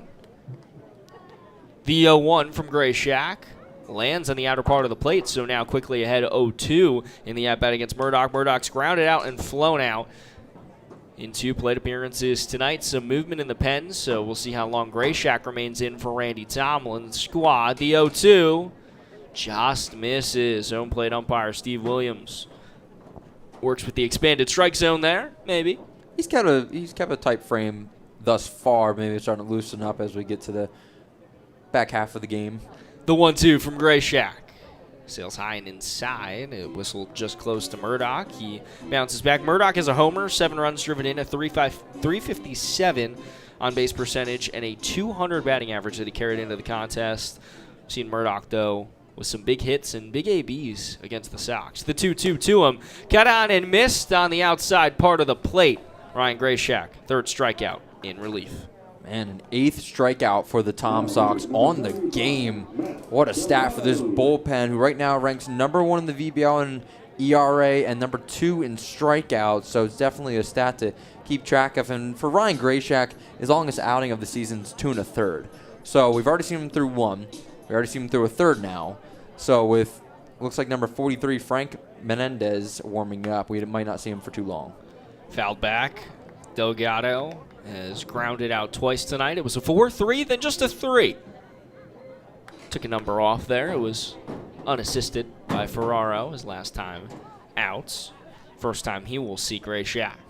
0-1 to him after he fouled the first pitch off. Sails way outside for ball 1. 9:07 p.m. According to Siri, it is as well. The 1-1 with an out. Grayshak readies. Sets the glove. Rocks. Fires. Cut on and missed yet again. That was heat, and that was a big cut from Delgado. And now getting ahead in the AB is Grayshak. Grayshak trying to navigate through the frame. The 1-2. to Delgado. Kicks the leg, fires, sails ways away. Wild pitch there back into the netting, and the count even at 2 apiece. He's smiling at himself, too. He knew that one just kind of got away from him. Back to that other pitch, man. That was to very fast swing and throw. It's like a bug going against a car windshield. I mean, just absolutely dangerous, man. What? It is. That was a really good analogy. Grayshak, 2-2 to Delgado, the catcher. Rocks, fires, skied. Is there going to be a play on it? Levy's chasing it towards the dugout. Now Ferraro is going to corral it in. Nice play there from Ferraro in foul territory for the second out. And now Grayshak has retired the first 2 batters faced here in the 6th. Robbie Levy really wanted that one, but he obviously gave up way for Ferraro, who had the better angle on it. Normally, if you're the pitcher or catcher and somebody else is charging it from the infield, you kind of let them do their thing out there, and he was just kind of smiling. He's like, man, I had it. The first pitch incoming to Jalen Evans. He's reached in both plate appearances, both with singles. Last time it was a bunt single. This time is going to be reeled in. Nathan Fink able to backstep and play it on a rope. No runs, no hits, no errors. Grayshak retires the side effectively, and we head to the top of the 7th. Hang with us on the Tom Sox YouTube.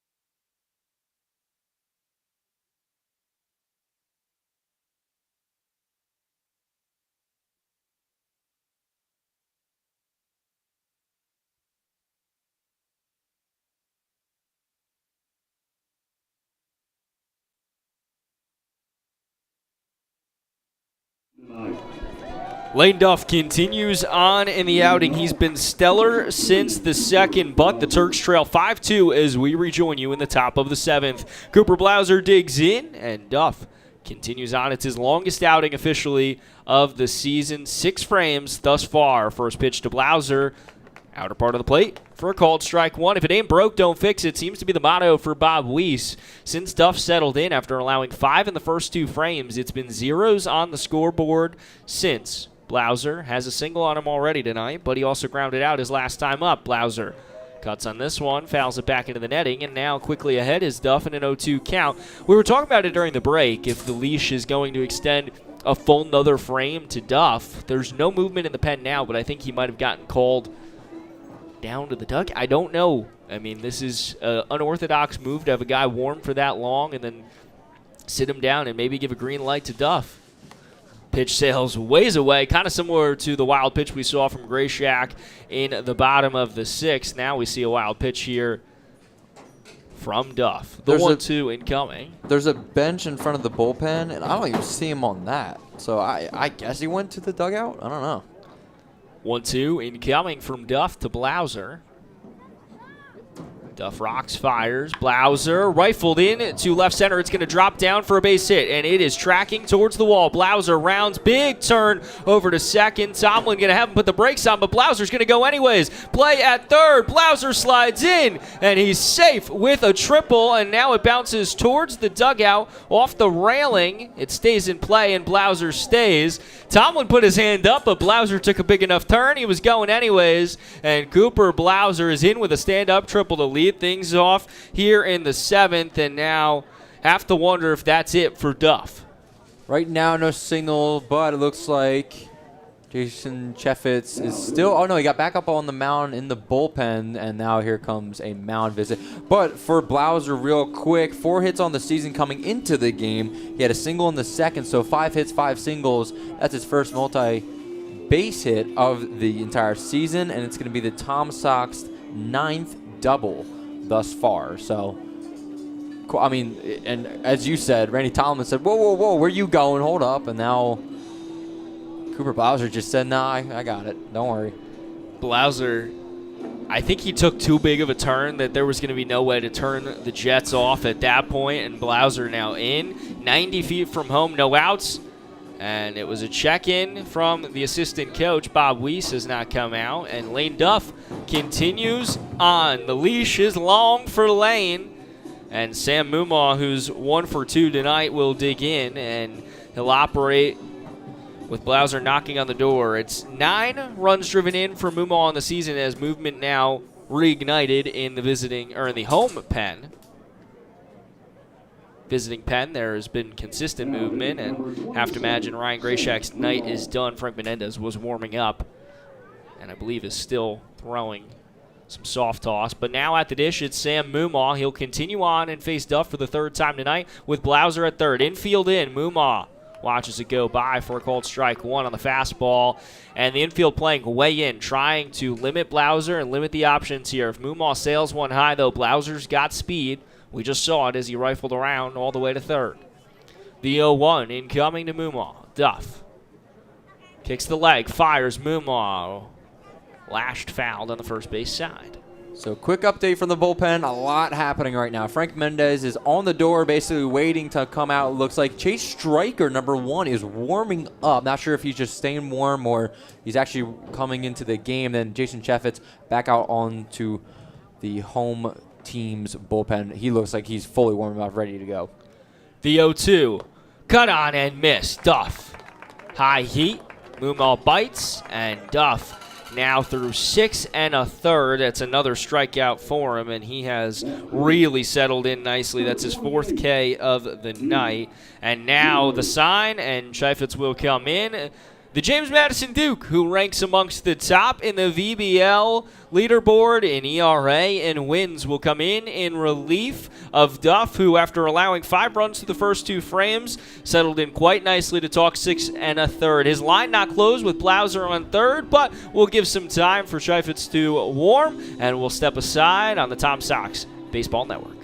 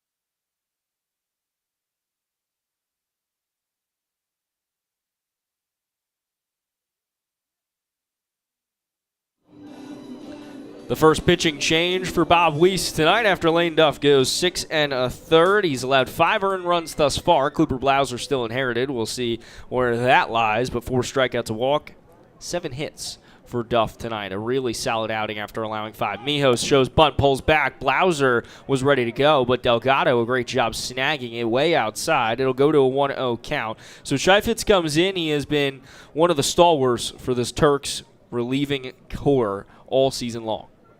Absolutely. And in 2022, which is freshman year with James Madison University, did not see any action, and he's really been here and there with James Madison, and now he's really getting a lot of summertime with the Turks. As you said, Dylan, before this, he played the Tom Sox in his last outing on July 1st. We were there for the call, and what a great outing it was for him, holding the Tom Sox to just 1 run. Mijos squared it down the first base side, but foul. Count will go to 2-1 as Mijos has showed bunt every time but pulled back on 2 balls. Now it's a 2-1 count with an out and the runner and Blauser 90 feet from home. It's a 5-2 ball game here in the top of the 7th. Sox looking for more insurance, but they'll face a new pitcher for the first time tonight. Scheifetz ranking amongst the top in ERA. He's got a 3.20, which places him amongst the top 6 in the VBL. He's also got 3 wins. 4 would tie him for the lead in the VBL. Brett Gassman currently tied for that lead with 4. Mijos called strike 2, count even at 2 apiece. I stumped Mac and Brown with that trivia the other night. Normally, we just sit down, we kind of go through some of the stats, and we try to, shoot some questions to each other, like, oh, who does this, who does that, and I think I rung him up on that. 2-2 to Mijos. Mijos. Check swing. It was an awkward one. He doesn't go. Count will go full. And now there's ample space to put Mijos, but in the on-deck circle, it's Ryan Wynn, who tonight is 2 for 3 with a double, a triple, 4 runs driven home, and a ground out. The 3-2 to the speedy Coastal Carolina outfielder. Rocking, firing his Scheifetz way outside the delivery, and now Mijos will head to first.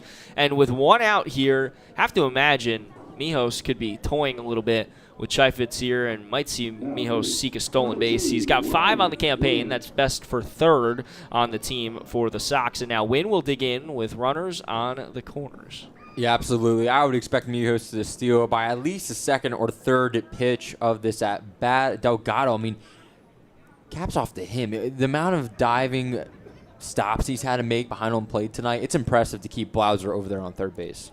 Third baseman Eula pointing over to Scheifetz, reminding him that the runner's there. Wynn pulls back on the bunt show, but called strike 1 regardless. So Wynn looking for signs from Scott Strickland in the dugout. Have to imagine he's telling him now, pull back on the bunt. Might be safer here to just let Wynn swing. He's 2 for 3 already tonight, but he's facing Scheifetz for the first time. The 0-1 to Wynn. He does swing. He gets that green light, but he tips it, and it'll go to an 0-2 count. Mijos stands at first, Blauser at 3rd after Blauser raced around with extra bases to lead off this top of the 7th. Sox lead 5-2. Wynn looking for more. He's already driven home 4 of those 5 tonight. Wynn rung up. Called strike 3 on the outer part of the plate, and now it'll be 2 outs here for Robbie Levy in the top of the 7th with 2 on.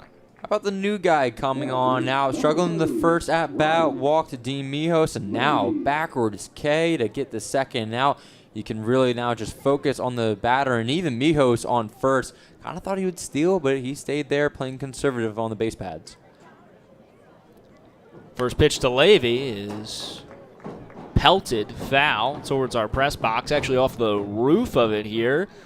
Beautiful press box and beautiful facilities here for James Madison. It's our last scheduled date to come out here. Who knows what happens as we head into potential postseason play, but have to say thank you to the Harrisonburg Turks for putting us up here as Levy fouls it back. It's been a privilege, honor to broadcast from this booth, and it is a really, really nice one. Air conditioning is just great. We really appreciate it. It's icing on the cake, and it's just right nice there.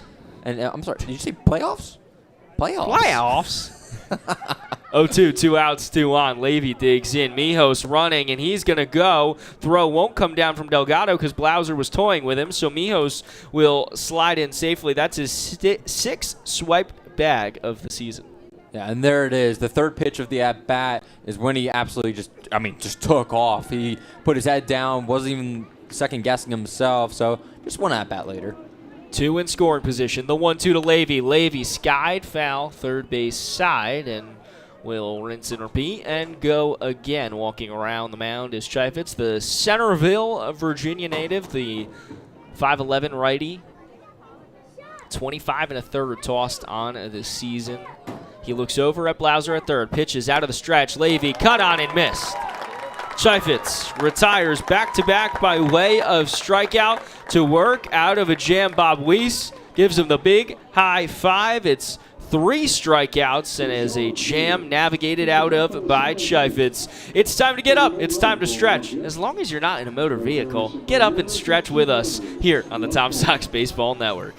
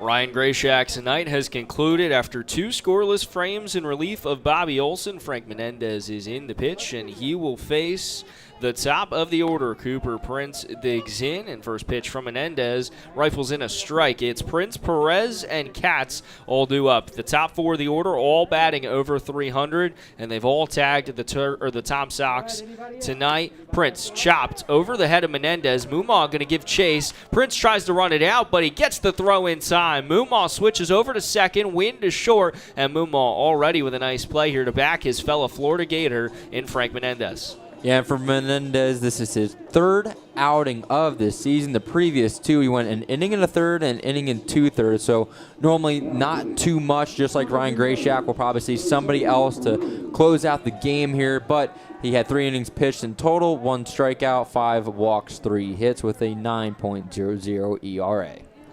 Menendez rocks, fires. First offering here to Perez as Perez will now fall behind in an 0-1 count after he cuts on and misses. It's 1 for 3 for Perez tonight. A bit of a quiet night. He struck out twice swinging, but singled and advanced all the way to third in the 3rd.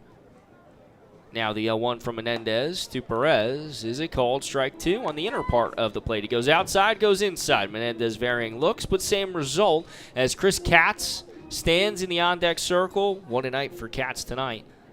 Pair of doubles and a walk. The 0-2 offering from Menendez just misses on the inside part of the batter's box, actually just right around that white line,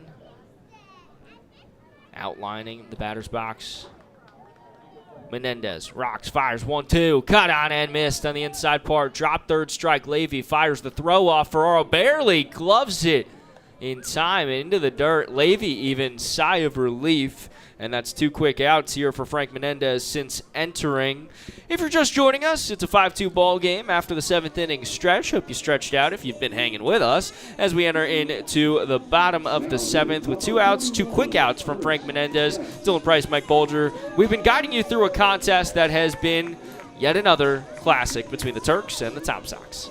Whenever these two face, Dylan, I mean, the first third of the game is all offensive. Then the middle third, it just seems like it locks into a pitcher's duel. Then the final third, that's when somebody comes back, right? Makes this game interesting, and then normally it's the team that's already leading, bats it down, and then finishes out the game. So see how this final 3 frames work out. First pitch to Katz, called strike 1. Katz tonight, I mentioned it just a few minutes ago. He scored 1 of 2 runs for the Turks. He's doubled twice, and he's walked once. Katz hitting over 370 on the season. Swipes at that one, but won't connect, and the count will go to 0-2. So Menendez, powerful lefty, will go head-to-head with the left fielder in Katz, and he's ahead 0-2 and tries to put him away here and retire the side. 1, 2, 3. The 0-2 to Katz sails way high. Ball 1. And for the Tom Sox, if Frank Menendez can end the inning here, it would be back-to-back 1, 2, 3 innings. It'll be 10 strikeouts for the bullpen tonight. The 1-2 from Menendez to Katz. Soft contact over to Menendez. Katz racing through it. The throw sails high. The throw sails high, and it's into the nook in right field, and it takes a bad bounce. Katz races all the way to second, now to third. Bob Weiss will hold him there. But a throw that goes awry now sees Katz standing 90 feet from home with 2 outs here in the bottom of the 7th. Dylan, the errors come back to bite the Tom Sox yet again. We saw it on Thursday night. 3 errors in 1 inning. Luckily, Daniel Powell was able to get out of that inning without any damage done, but a couple more led to that 3-1 loss.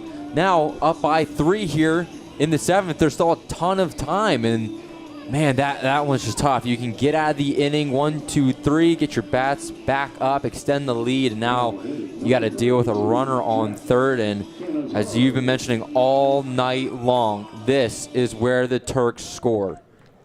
Cannizzaro digs in. He's got a pair of singles, and he's already driven home a run tonight. He's 2 for 3. Cannizzaro is second on the team in runs driven in. 3rd in the Valley League, just behind Chris Katz, who stands at 3rd base. Cannizzaro watches the first pitch low for ball 1. So Menendez had an opportunity to get out of the inning. 1, 2, 3 coming in relief of Ryan Grayshak, but an error from his own right. We'll now see Katz standing at 3rd, and that's that nook coming into play in a big way as it sailed out there as this off-speed pitch cuts over the inner part of the plate for a called strike 1. And that hit was just a little dribbler right in front of the plate. So Frank Menendez came up. He kind of took a slow approach to it, then wanted to get it out quick. So that's why it was a high release and then sailed. 1-1. Check swing. Cannizzaro, he went around, according to first base umpire Tim Detweiler. And now the count at 1-2 with 2 outs. Runner sits at 3rd. Turks trail 5-2 here in the bottom of the 7th. Tom Sox looking to break a 5-game win streak from the Turks and extend their advantage in the VBL South to 2 games. Cannizzaro, the 1-2, and it's inside to him, and he will live to fight again. It's 2-2 count with 2 outs, 1 on, and that's at 3rd base in Katz. Katz talking with Cooper Blauser. Blauser playing back, as are Wynn, Mumau, and even Ferraro.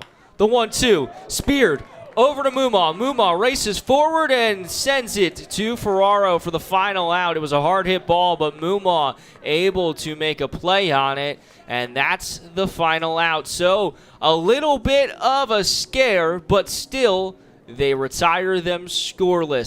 Sox lead 5-2 as we enter into the 8th. Still 2 frames to decide what has been another thrilling contest. Hang with us here on Tom Sox Radio Network.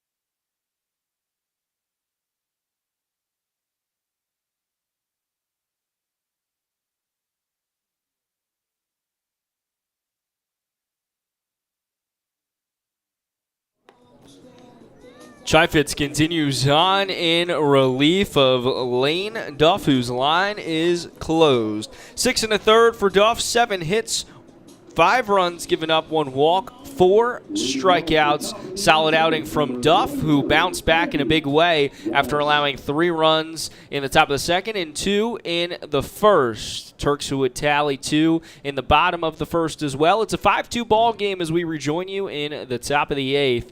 There have been no runs scored since the top of the second. Both sides embroiling themselves in a bit of a pitcher's duel. It's a 5-2 ball game as Colby Wallace digs in. First pitch to him from Chaifetz is inside for ball number 1. Dylan Price, Mike Bolger, we guide you through the remainder of what has been another classic in the Turks Tom Sox rivalry. Wallace lashed first base side way foul. Wallace tonight 0-3, 2 ground outs, 1 flyout. So he's looking for his first hit. If he does, that'll be the first hit of the middle 3 that have really struggled tonight, going 0-9 together. The 1-1 to Wallace, hit hard, foul into the home pen. I mean, there wasn't even an opportunity to say anything about that ball. It was a laser off the bat of Colby Wallace. I needed a speed gun on that. I mean, that thing just got out of here in a hurry. The 1-2, Wallace, hard hit ball into left center, back on the track, and it is just going to drop in front of the wall. Wallace, robbed of what would have been his first home run. He turns off the Jets and stops at second. Nearly caught himself in a similar situation to Cooper Blauser, where he had no option but to go to third, but able to retreat in a hurry and get in with a sort of stand-up double to lead things off here in the top of the 8th. But there was a chance that we were talking about the first Colby Jack of the season. Unbelievable, Dylan. I mean, Colby Wallace, we just talked about the one he fouled, and then that one was the same thing. Just he got a little bit earlier on it.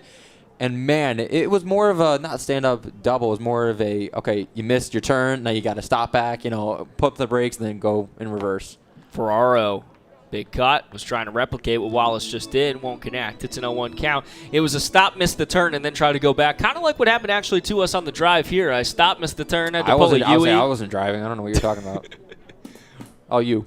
The 0-1 to Ferraro outside for ball 1. Hey, we got here. We got here in one piece. That's what matters. Always. And we got here incredibly timely as well. So we had an hour till opening pitch. We were good. A lot of time to spare.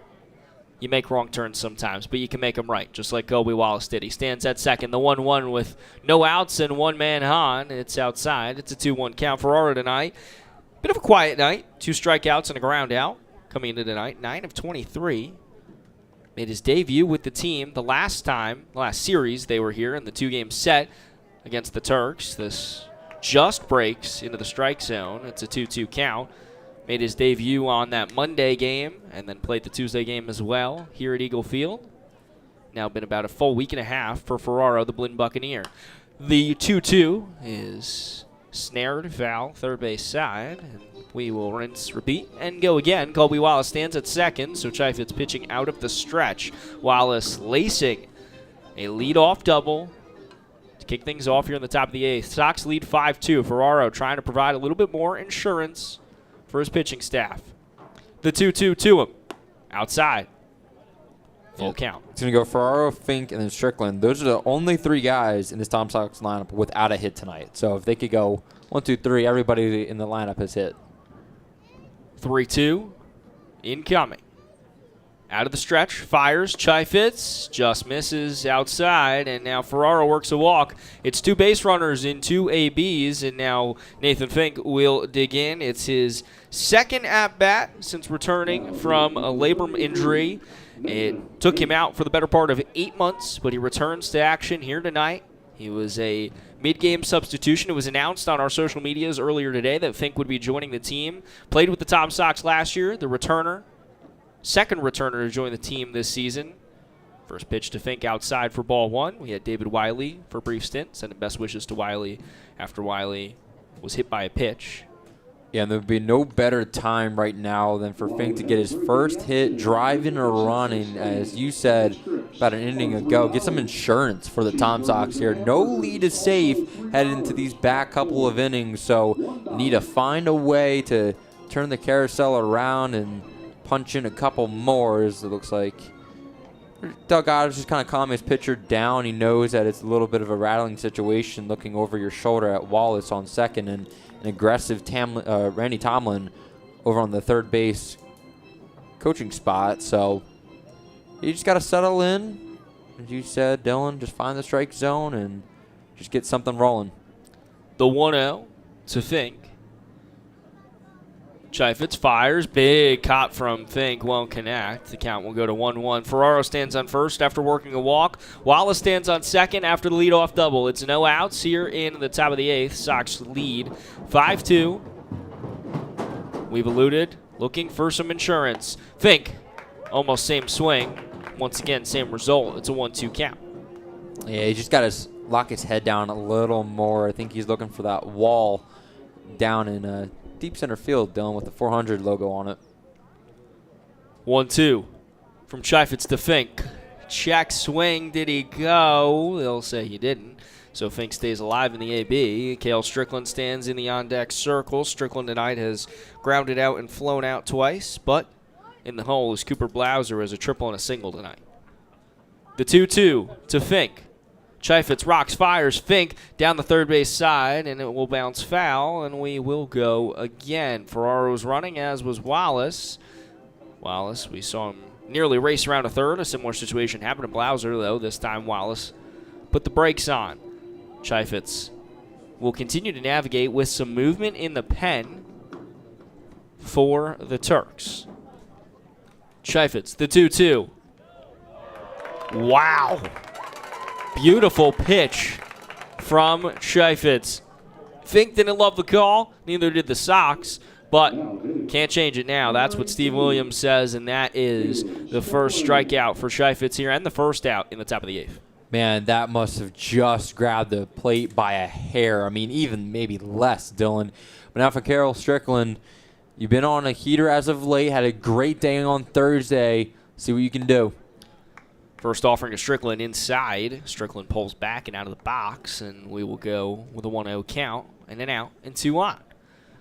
On deck circle, Cooper Blauser, 2 for 3 tonight, with a triple and a single. Chaifetz out of the stretch. Strickland smacked into right field. It's going to get down for a base hit. The sign for Wallace to go. It's going to be a play at the plate. And now a play over to third. The throw, the tag, it's applied. The run will score on an RBI single from Cale Strickland.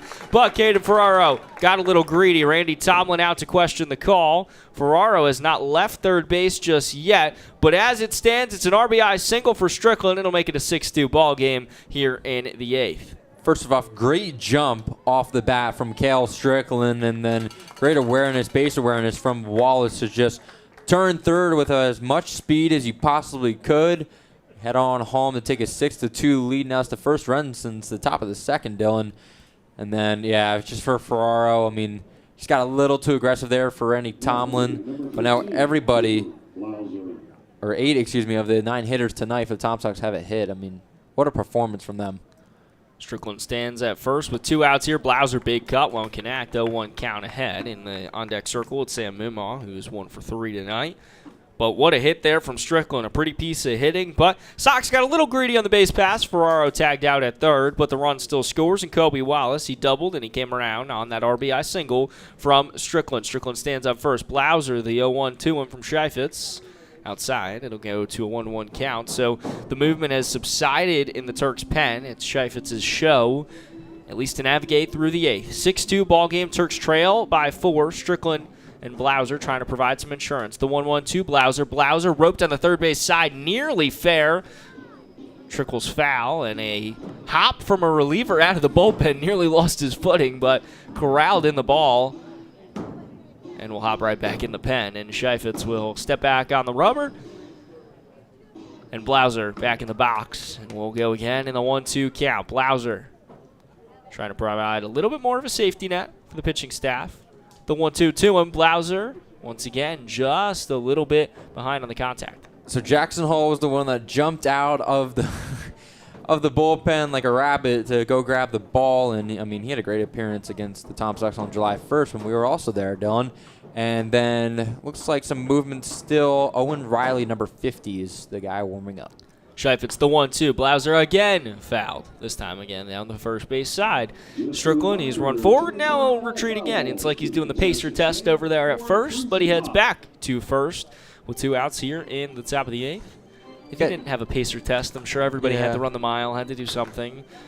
Pacer test, just the thing for us there in New York. It's the 1-2 to Blauser. Blauser lined on a rope to short, just going to go for the force out to second is Perez. Perez to Evans is how the inning ends, but the Sox do tally 1 run on 2 hits with no errors and 1 man left on base. We head to the bottom of the 8th. Turks will try to answer back, trailing 6-2. Here we go. The conclusion of this one coming on the Tom Sox Radio Network.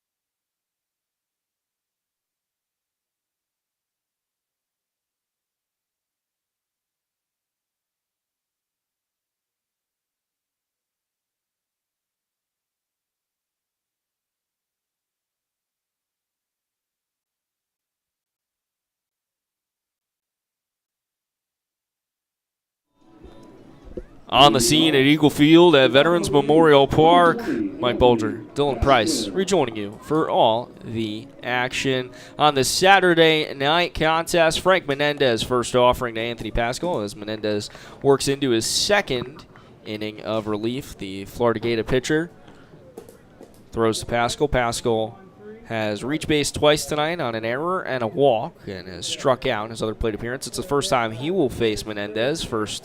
Second pitch is once again a ball. It's a 2-0 count after the Sox are able to tally another run, some insurance in the top of the 8th. The 2-0 to Pascal, called strike 1.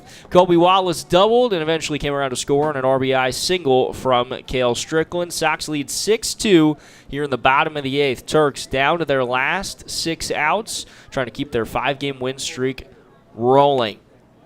The 2-1. Once again, outside part of the plate, it lands. It's a 2-2 count as Menendez continues his stellar relief performance thus far. Menendez, only base runner allowed on was by way of an E1. Pascal fouled into the netting just to the right of home plate. Sox back in action again tomorrow. It's Western Day, 3 p.m. first pitch from CHS. Get you some out-of-town scores and set the stage for what's ahead for both teams in just a beat here as Frank Menendez, he's not looking forward to tomorrow. He's in the present, in the now. That's his 2nd strikeout tonight, and he does it to lead things off here in the bottom of the 8th. And 10th for the team on the night. And, man, Dylan, looking at out-of-towns, we've got ourselves a lot of good games. Cavaliers lead Lumberjacks 5-1 in the top of the 10th. So here are the out-of-town scores. Purcellville and Woodstock have been postponed, so that was what Mike Bolger alluded to, and that is what has happened, as there is a pinch hitter here just to do some housekeeping.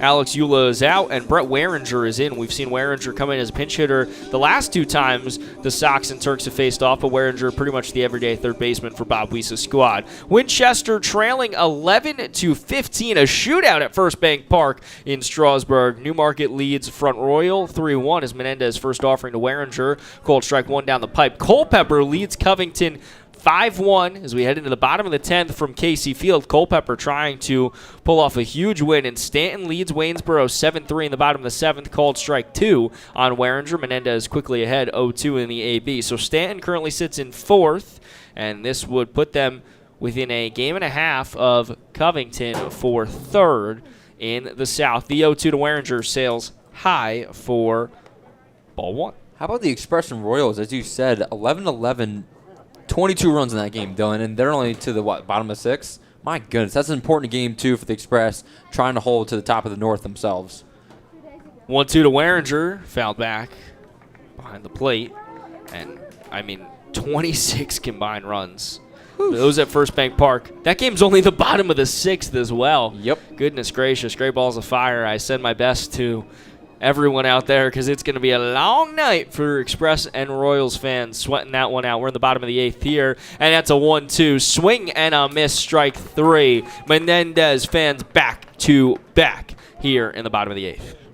It's going to be his 3rd strikeout on the night, the team's 11th.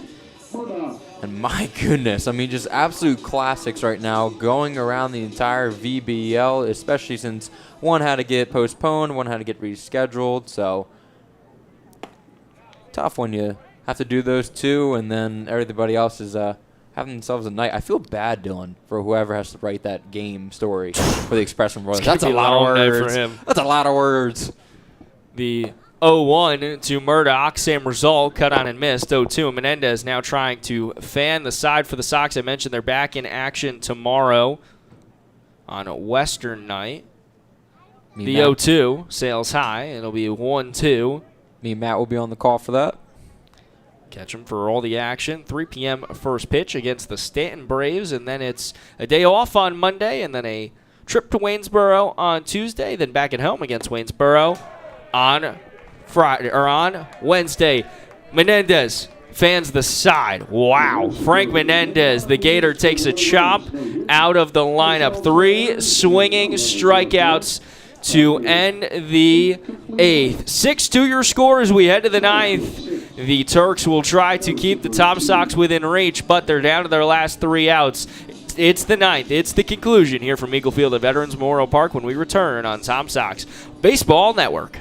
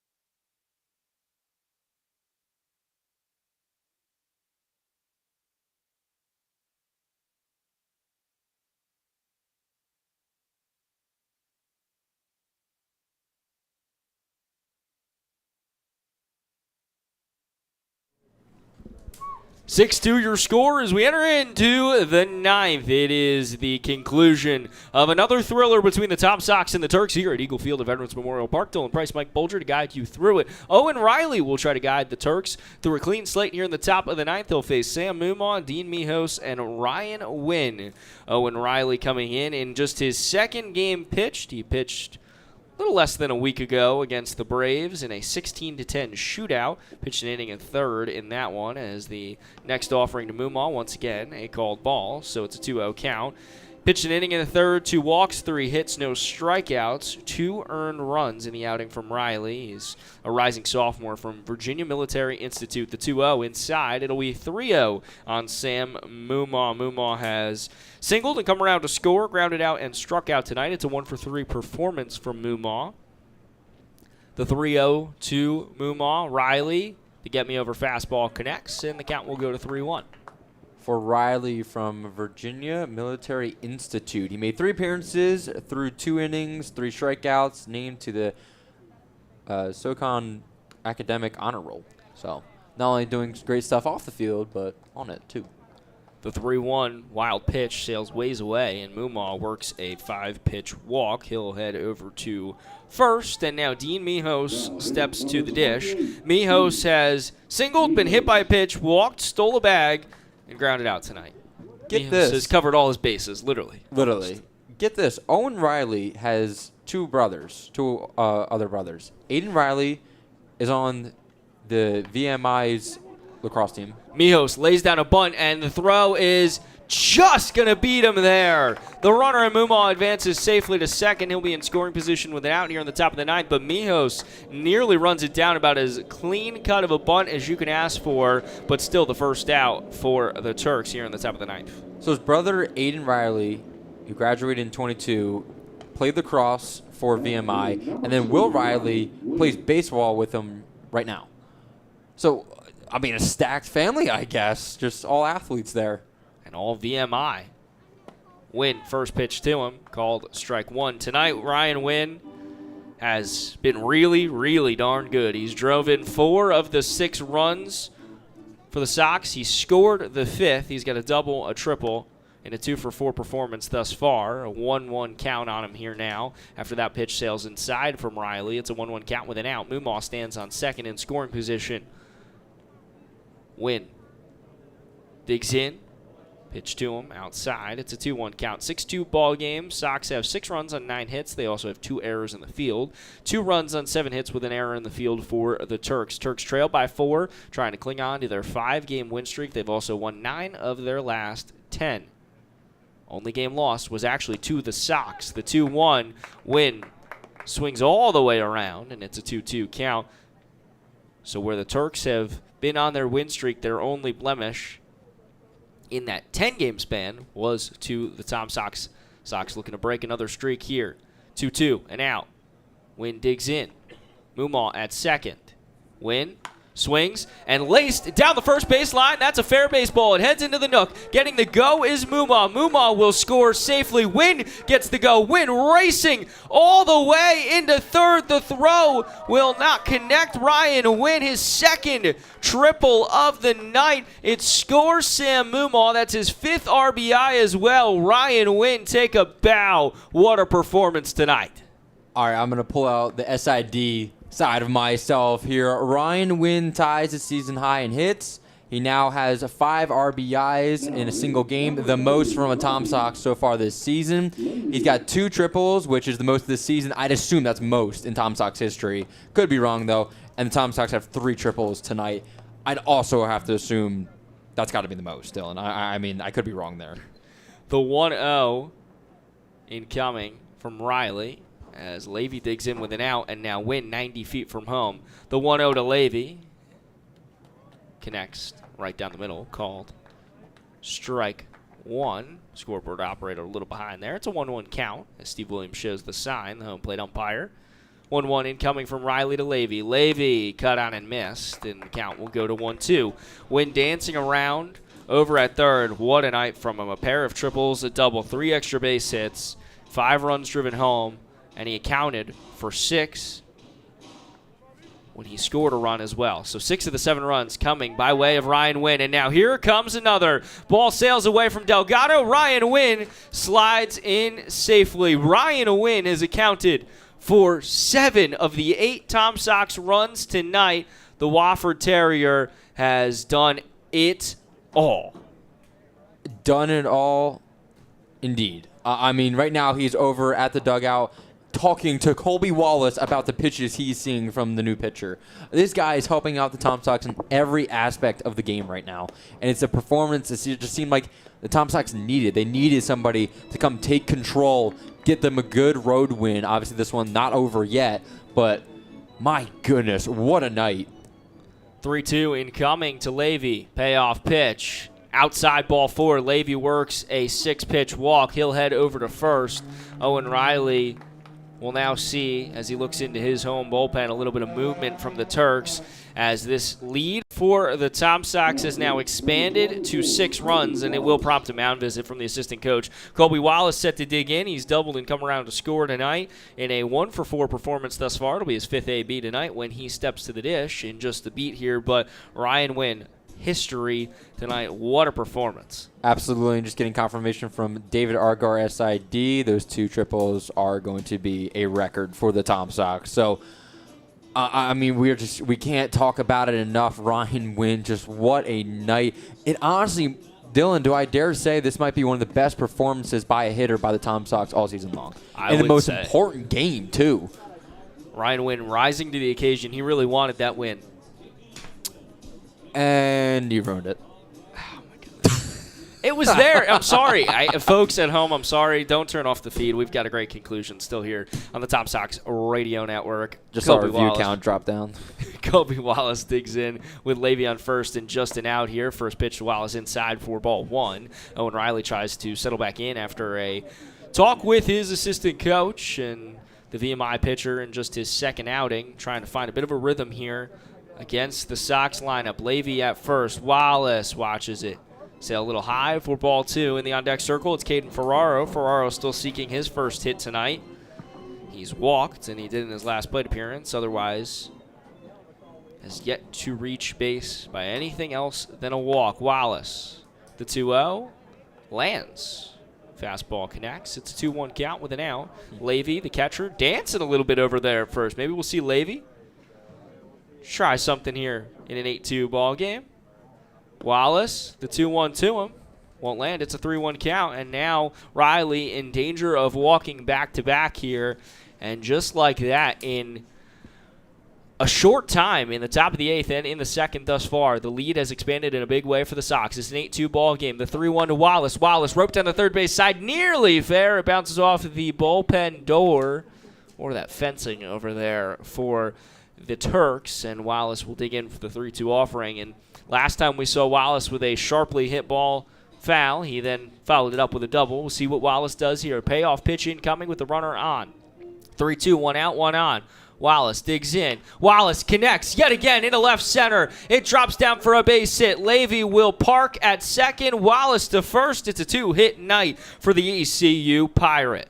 This is exactly what the Tom Sox need, Dylan. I mean, this is an offense at the beginning of the season was relentless. They mercy ruled a bunch of teams. Even when they led by a couple of runs, they just kept adding and adding and adding more and more. This is the type of offense we need to see from the Tom Sox if they look to stay ahead of the VBL and make a run in the playoffs. The Blinn Buccaneer, Caden Ferraro, seeking his first hit, digs in and launches this into left field. Katz on the track, racing towards it, and it drops out of his glove. Levy will score. Getting the sign is Wallace. Nope, he will park it, but 1 run still scores. Katz had to track it and almost just throw his glove up as a safety measure as it was tracking towards the track. We'll see how it's officially scored, but Ferraro stands at second. Into third is Wallace, and another run crosses the plate. It's a 9-2 ball game here in the top of the 9th. In my book, I've got it as an E7.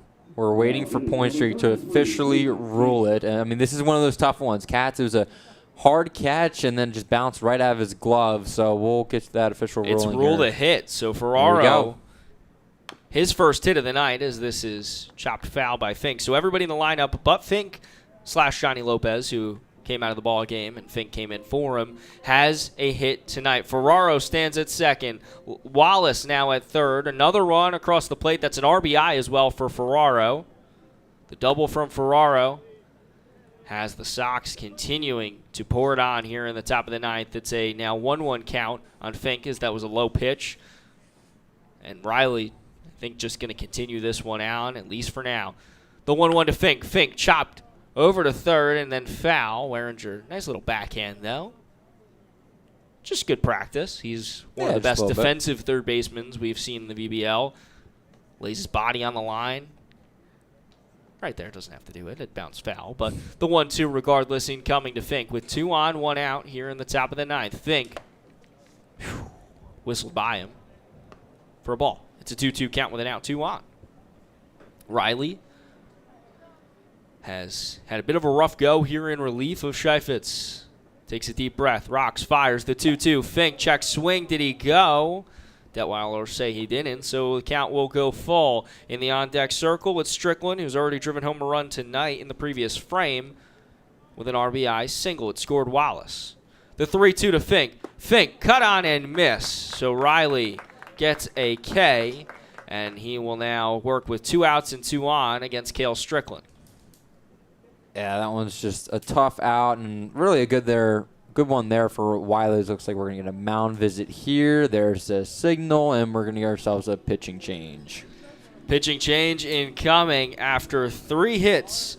Sees 2 runs cross the plate for the 3 runs cross the plate for the Sox. Thus far, it's a 9-2 ball game. Sox pouring it on and expanding their lead, prompting a pitching change. Stepping aside for just a beat, but hang with us, because why not? Here on the Tom Sox Baseball Network.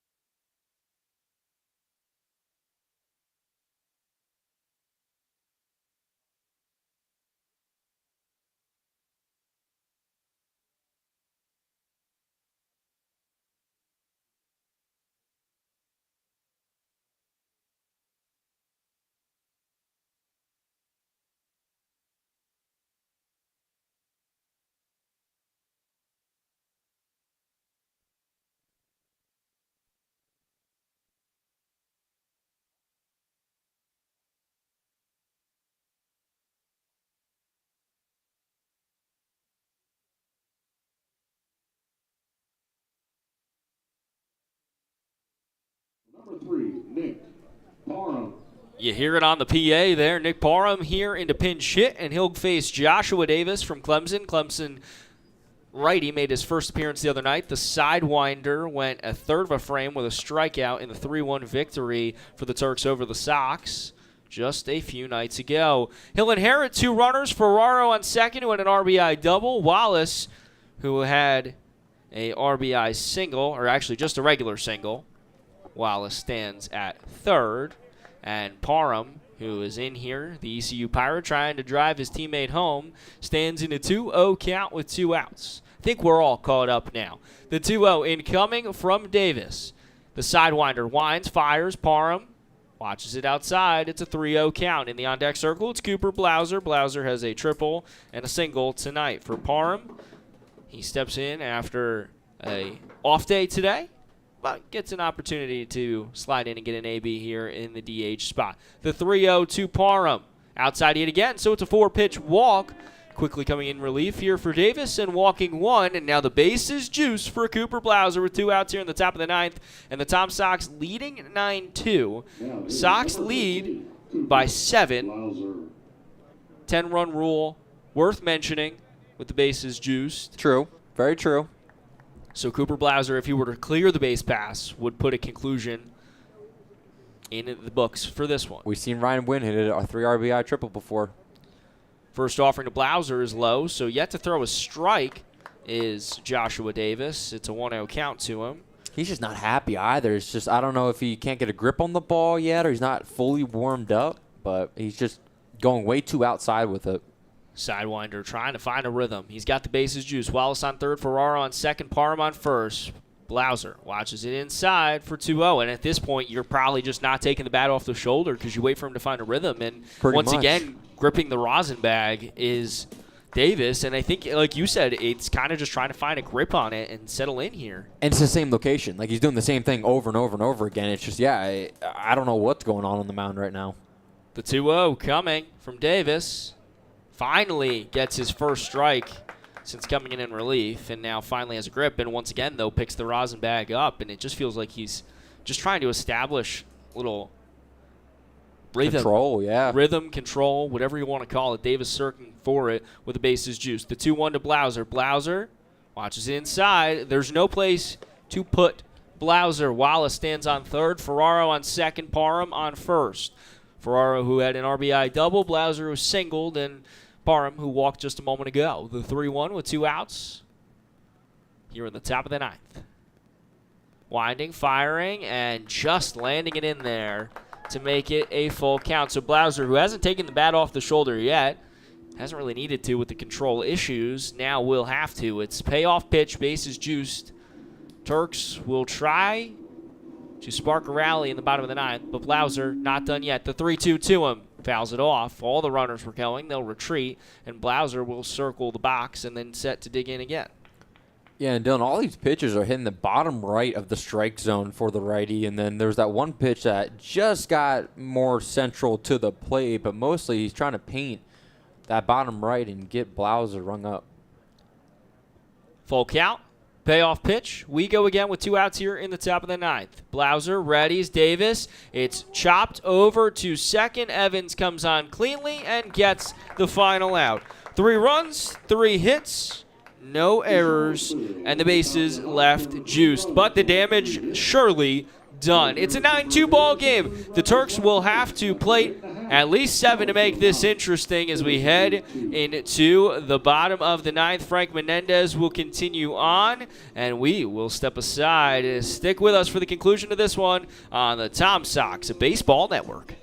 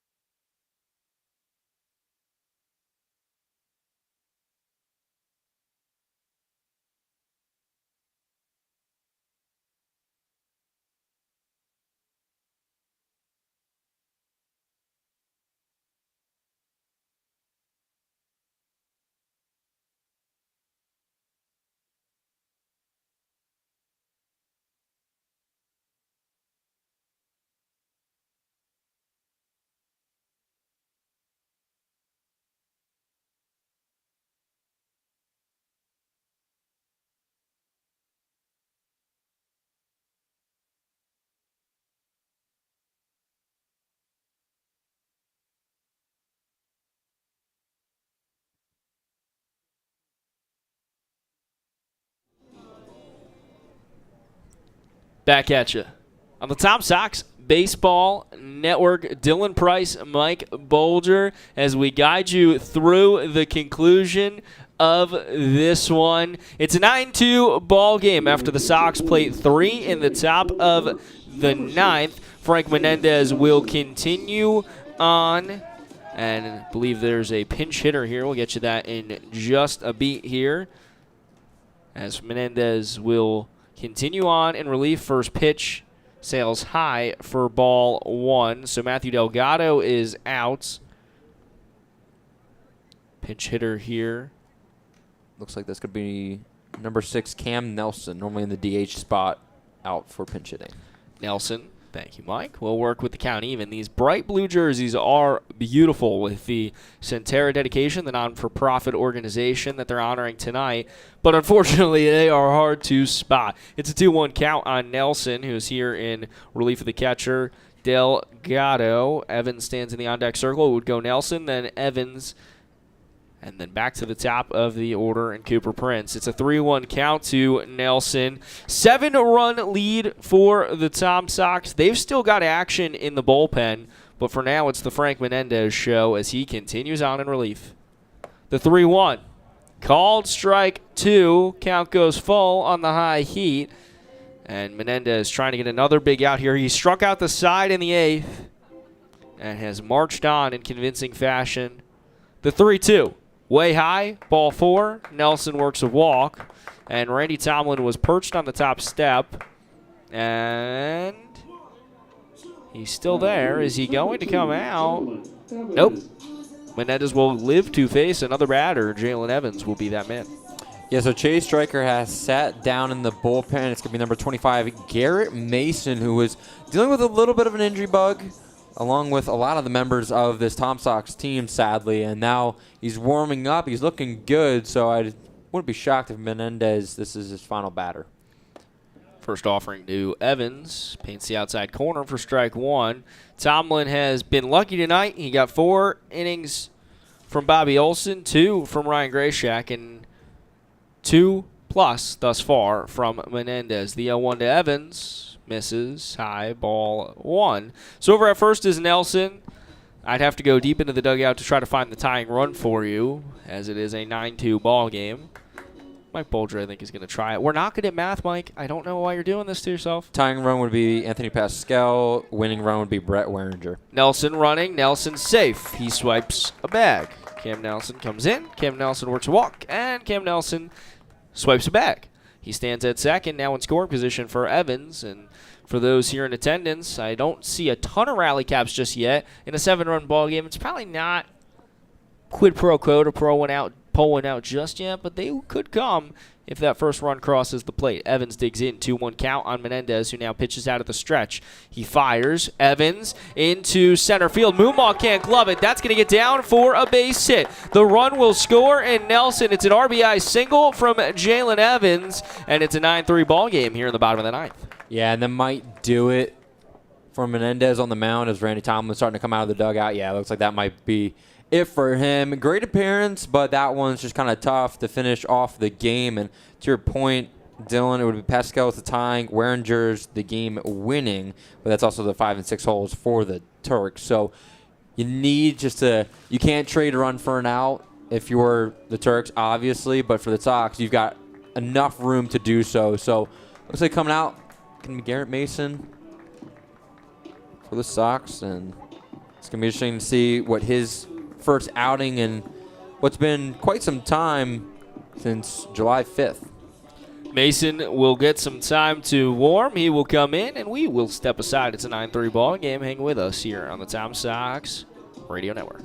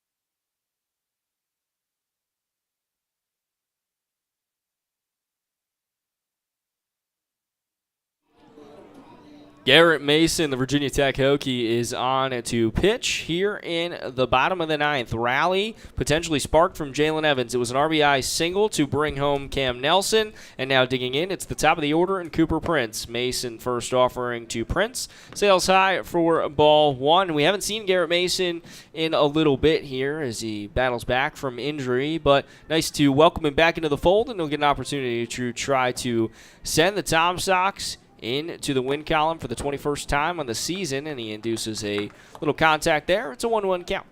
Yeah, he's made 3 appearances so far this season, 4.5 ERA, 2 innings pitched in total, 1 strikeout, and with Virginia Tech, he did not make an appearance in his freshman year.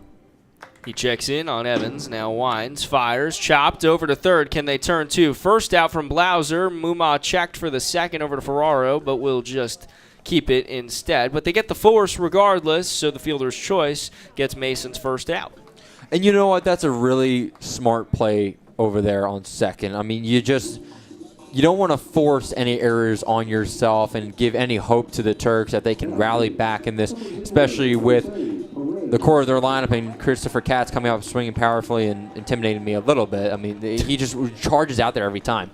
But you don't want to do it, so just get the easy out and then keep the runner at first. Jose Perez digs in. A semi-quiet night for him. He struck out 3 times, and he's got a hit. Perez digs in, swings at the first pitch, and lines this down the third base side, but foul. Dancing around now over there at first is Cooper Prince. Prince will retreat back, and already getting a run are the Turks, but it is a big deficit. It's a 6-run hole they find themselves in after allowing 3 to cross the plate in the top of the ninth. Mason, deep breath, winds, fires, and it cuts inside. Pretty little pitch there from Mason, and it's an 0-2 count. Down to their last 2 outs are the Turks, trying to preserve a 5-game win streak. They've won 9 of their last 10. The only loss in that span was against the Tom Sox here at Eagle Field at Veterans Memorial Park. Mason rocks, fires, the 0-2.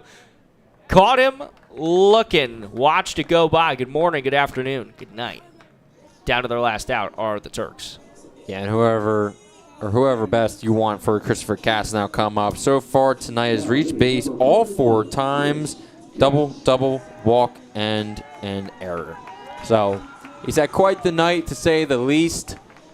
But for right now for the Tom Sox, this is looking great. Up 9-3 is your largest win margin if you can punch out this final win of the season against the Turks after winning 12-8, then 9-7.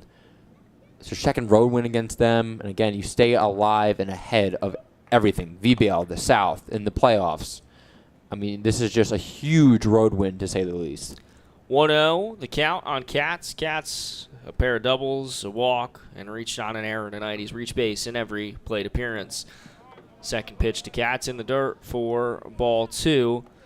For the Turks, they are back in action right here tomorrow night, hosting the Lumberjacks, and then they are going to travel to Kate Collins Field, just like the Tom Sox will on Tuesday. On Monday, 7 p.m. first pitch there, and then they will head to the Cavaliers as Katz on a line into right field. Can Fink get there? He will. He outstretches the glove for the final out. Garrett Mason comes in, and Garrett Mason retires the 3 batters he faces to tie a bow on this one. It's a 9-3 victory for the Sox. It stymies a 5-game win streak for the Turks, and for the Tom Sox, it's their 21st win of the season, and they are now 21-9 and a 2-game advantage over the Turks in the VBL South. The Sox get a big-time victory.